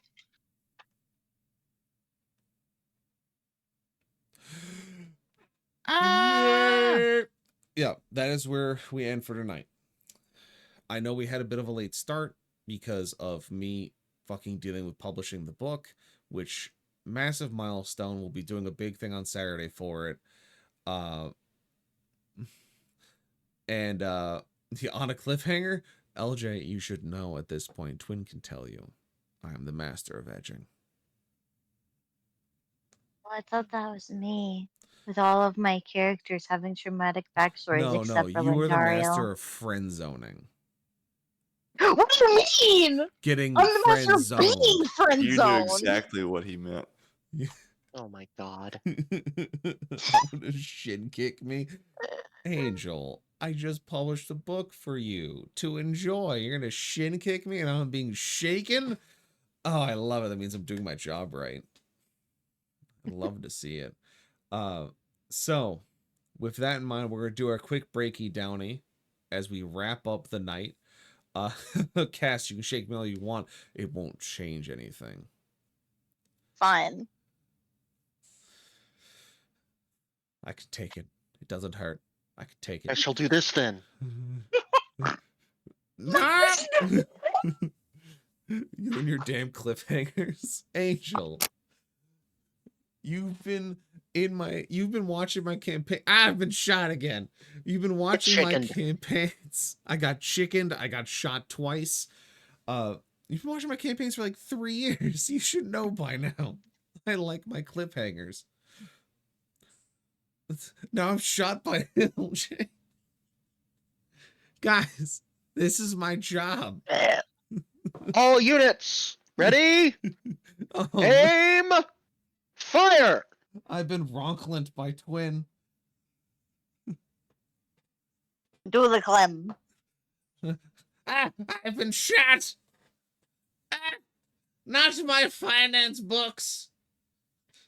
All of my money's pouring out along the ground. You shot my coin purse and not the one I care about. I mean, with Clem, that could go one of two ways. Yep. Sorry, I think the one he Daddy. doesn't care about is his testicle.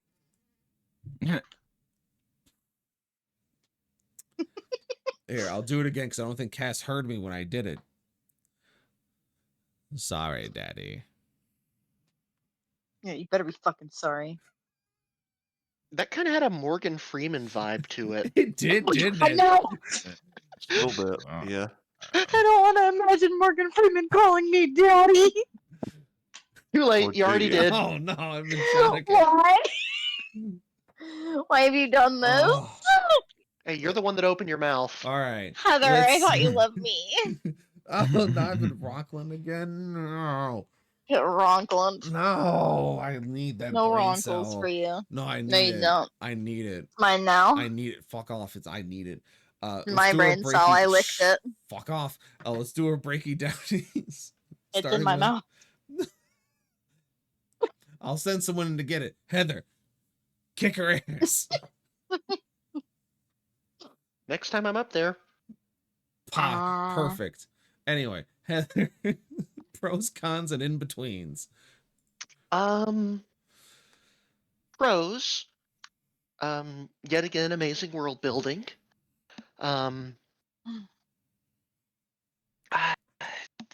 The way that you were able to kind of give hints through utilizing characters' backgrounds, classes, and faith was helpful.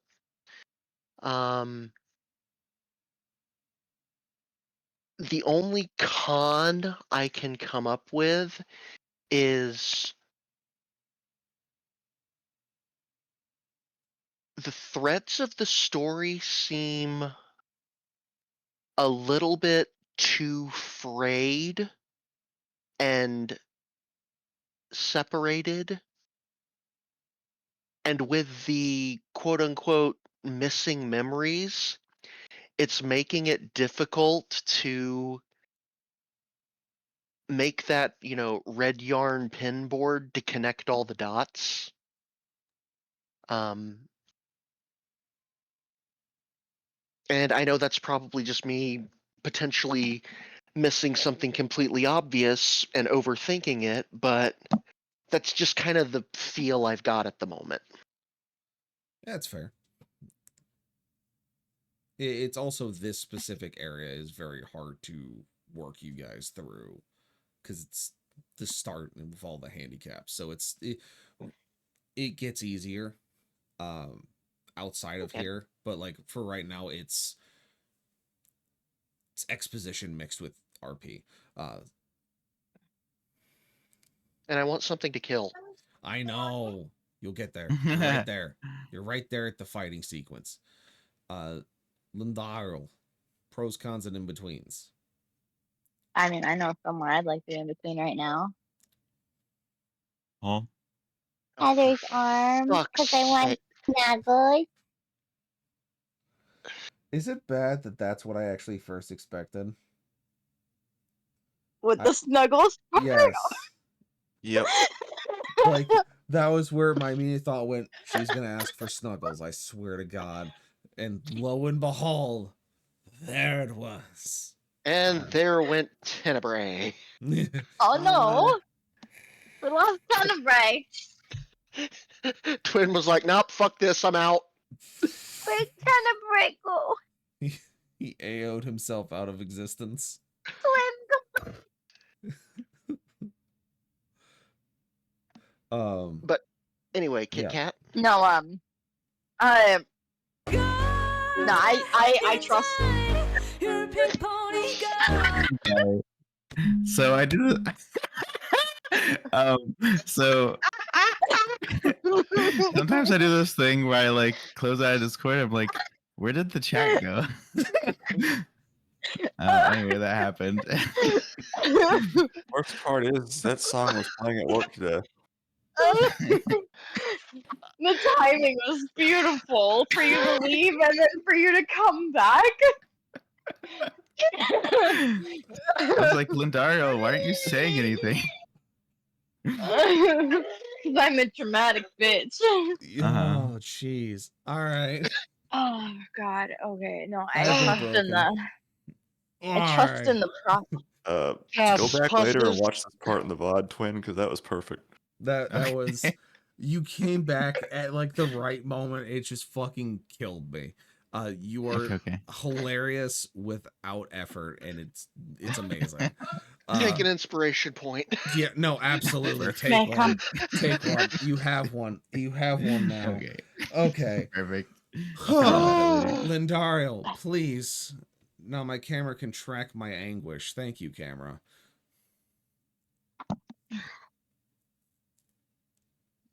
Sorry about that. I was filling this water cup, and Dad was yelling at me saying he was trying to sleep, and it was really hard for me not to yell. Yeah, so I was trying to fucking saying when you braid your hair. Um, Anyway, what carry it's on. like to want to sleep. Yeah, no, I trust in the process.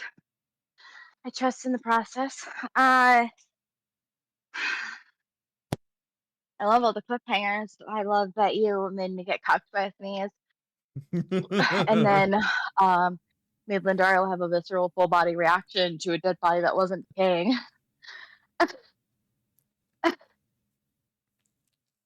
as a seasoned cleric. Everybody has a bad day at work. Nah, I get fucked by the oopsie table. That's my MO. The oopsie table loves fucking me. No, I love it. I'm here for it. I have a headcanon that Tenebrae is actually secretly a bad guy. It's not Okay, that kind of rude. campaign. First off, rude. Mm. Second off, it's not that kind of campaign. I did that one No, last. not last because time. I know I love the character, and that's why that's my headcanon. Because I love them. It's Okay. Lindario's just like, are you a bad guy? That was her version of a I, compliment. No, it's my So version. It's rude. not Lindario's version of jack shit. It's my. I love it. I love a good deep villain that like is good but also bad. Let me keep my headcanon. Listen It doesn't here, have to be morally canon. gray lover. You shush. Listen here, male. Male? Got him. Damn. I'm dead. Bleep, bleep, bleep, bleep, bleep, bleep. Oh my god. Listen here, Anyway, Just do alright. shit she loves right. her deep Real villains. good You words. got anything else there, Cass? I'm pointing at you because the I- camera follows me, so I know I'm pointing at You're you. not just pointing at me. You're fucking knife handing. I know I ain't got shit else. Alright, very good. Reap Fawn? and chop. I'm kind of enjoying the roller coaster that the story is making of itself so far. Looking forward to seeing where it's going, and I'm going to echo Heather's con of give me fight, please. I Want know. fight now. I know. It's I built my character for tracking things and killing things, and I've gotten to do half of one of those things once. the fight's coming. The fight's coming. Don't worry about it. You're gonna love the fight. And that's it for me. I'm good. All right, very good. All right, Mr. Twin, Mr. Tenebrae, pros, cons, and in betweens. I'm really first of all, I was really pleased to have had more opportunities to like get to know the other characters a little bit more today. Like all the interactions with Lindario were really cool. I liked getting a little bit more into that character that way. That was fun. The stuff with the memory is really intriguing. So one time, like years ago, when I was running a lot of Pathfinder campaigns, there was a campaign, an adventure path called Strange Eons, and it's like a very weird campaign where all the characters start in an asylum and they all have amnesia. I really want to run that game again, by the way. It's so freaking cool. But there's a, without giving like spoilers to that campaign, there's like a thing where like there are extra memories that like, you know, you like make your background and stuff, but you find out that there's extra memories that, you know, you don't remember, but you kind of have to trust the dungeon master to like, that it's gonna be like memories that like make sense and aren't like basically destroying the purpose of your character, that kind of thing. Right. Because the stuff that you start remembering are like very like horrible things that you've done in the past. And like I don't know like what the stuff with Tenebrae is going to shape out to be, but it sounds like that feeling of like slowly uncovering like some other thing is really cool. Um, and yeah, I like that. I like that a lot. That's cool. Awesome. Yeah, so for my pros and cons and in betweens, first off, y'all's RP today was amazing.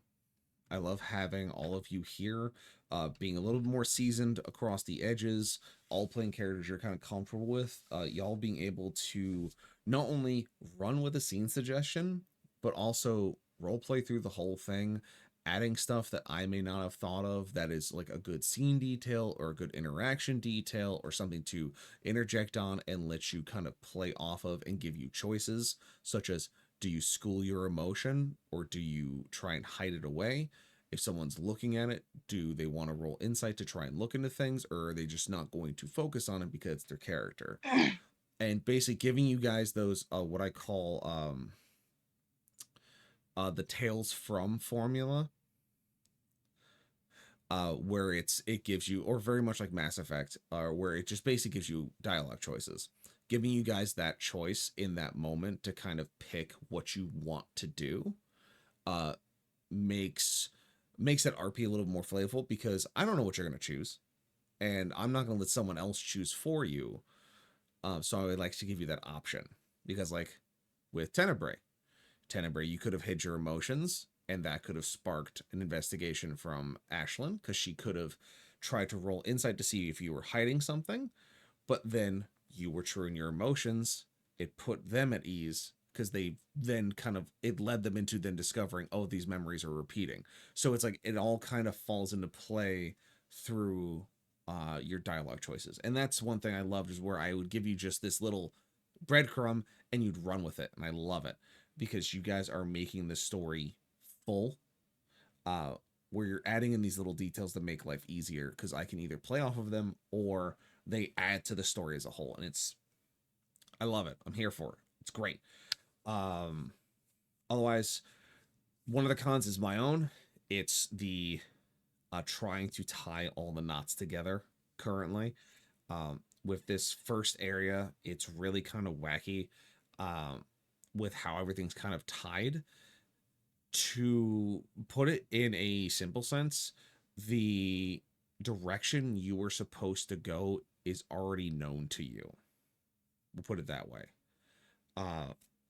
Where you already have the bits and pieces that would essentially give you at least a angle of approach to the situation, or to try and figure out why XYZ is happening based on back context and such.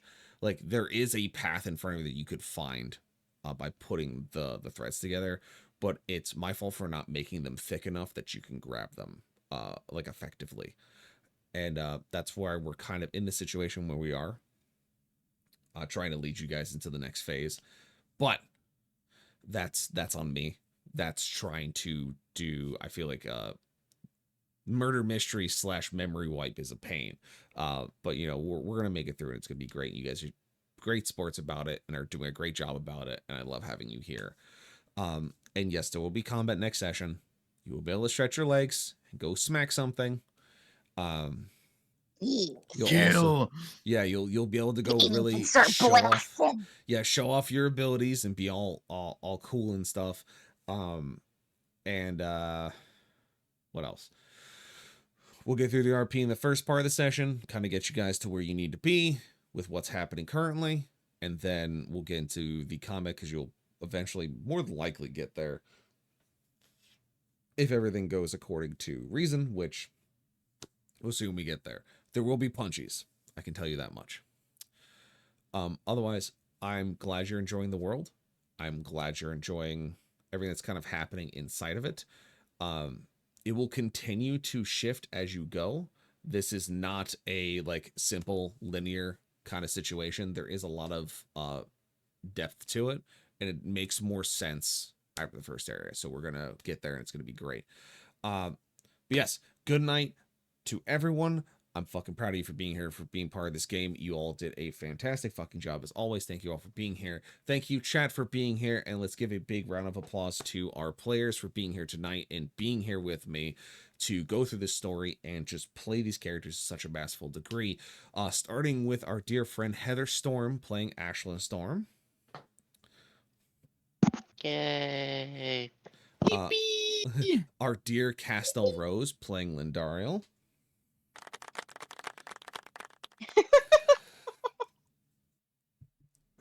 The clamp. The The audacity. audacity. The Then, of audacity. course, our dear friend Zokard playing Vaughn. Okay, no applause. That just makes me feel awkward. No, And it's of course, it's last Zokard playing a Darian playing Vaughn. I mean, listen. And then certainly I'm last. going to take something that you want and put it on the top shelf, Kaz. Let me get through my fucking sentence. I swear to God. And last, but certainly not least, is our dear friend and newest member to the D&D community with us over here at Grim Hour Productions is Mr. Twinberry himself playing Tenebrae. No,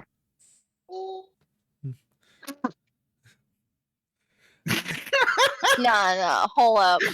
You know what I got to say to that? Nice talk. Nice talk.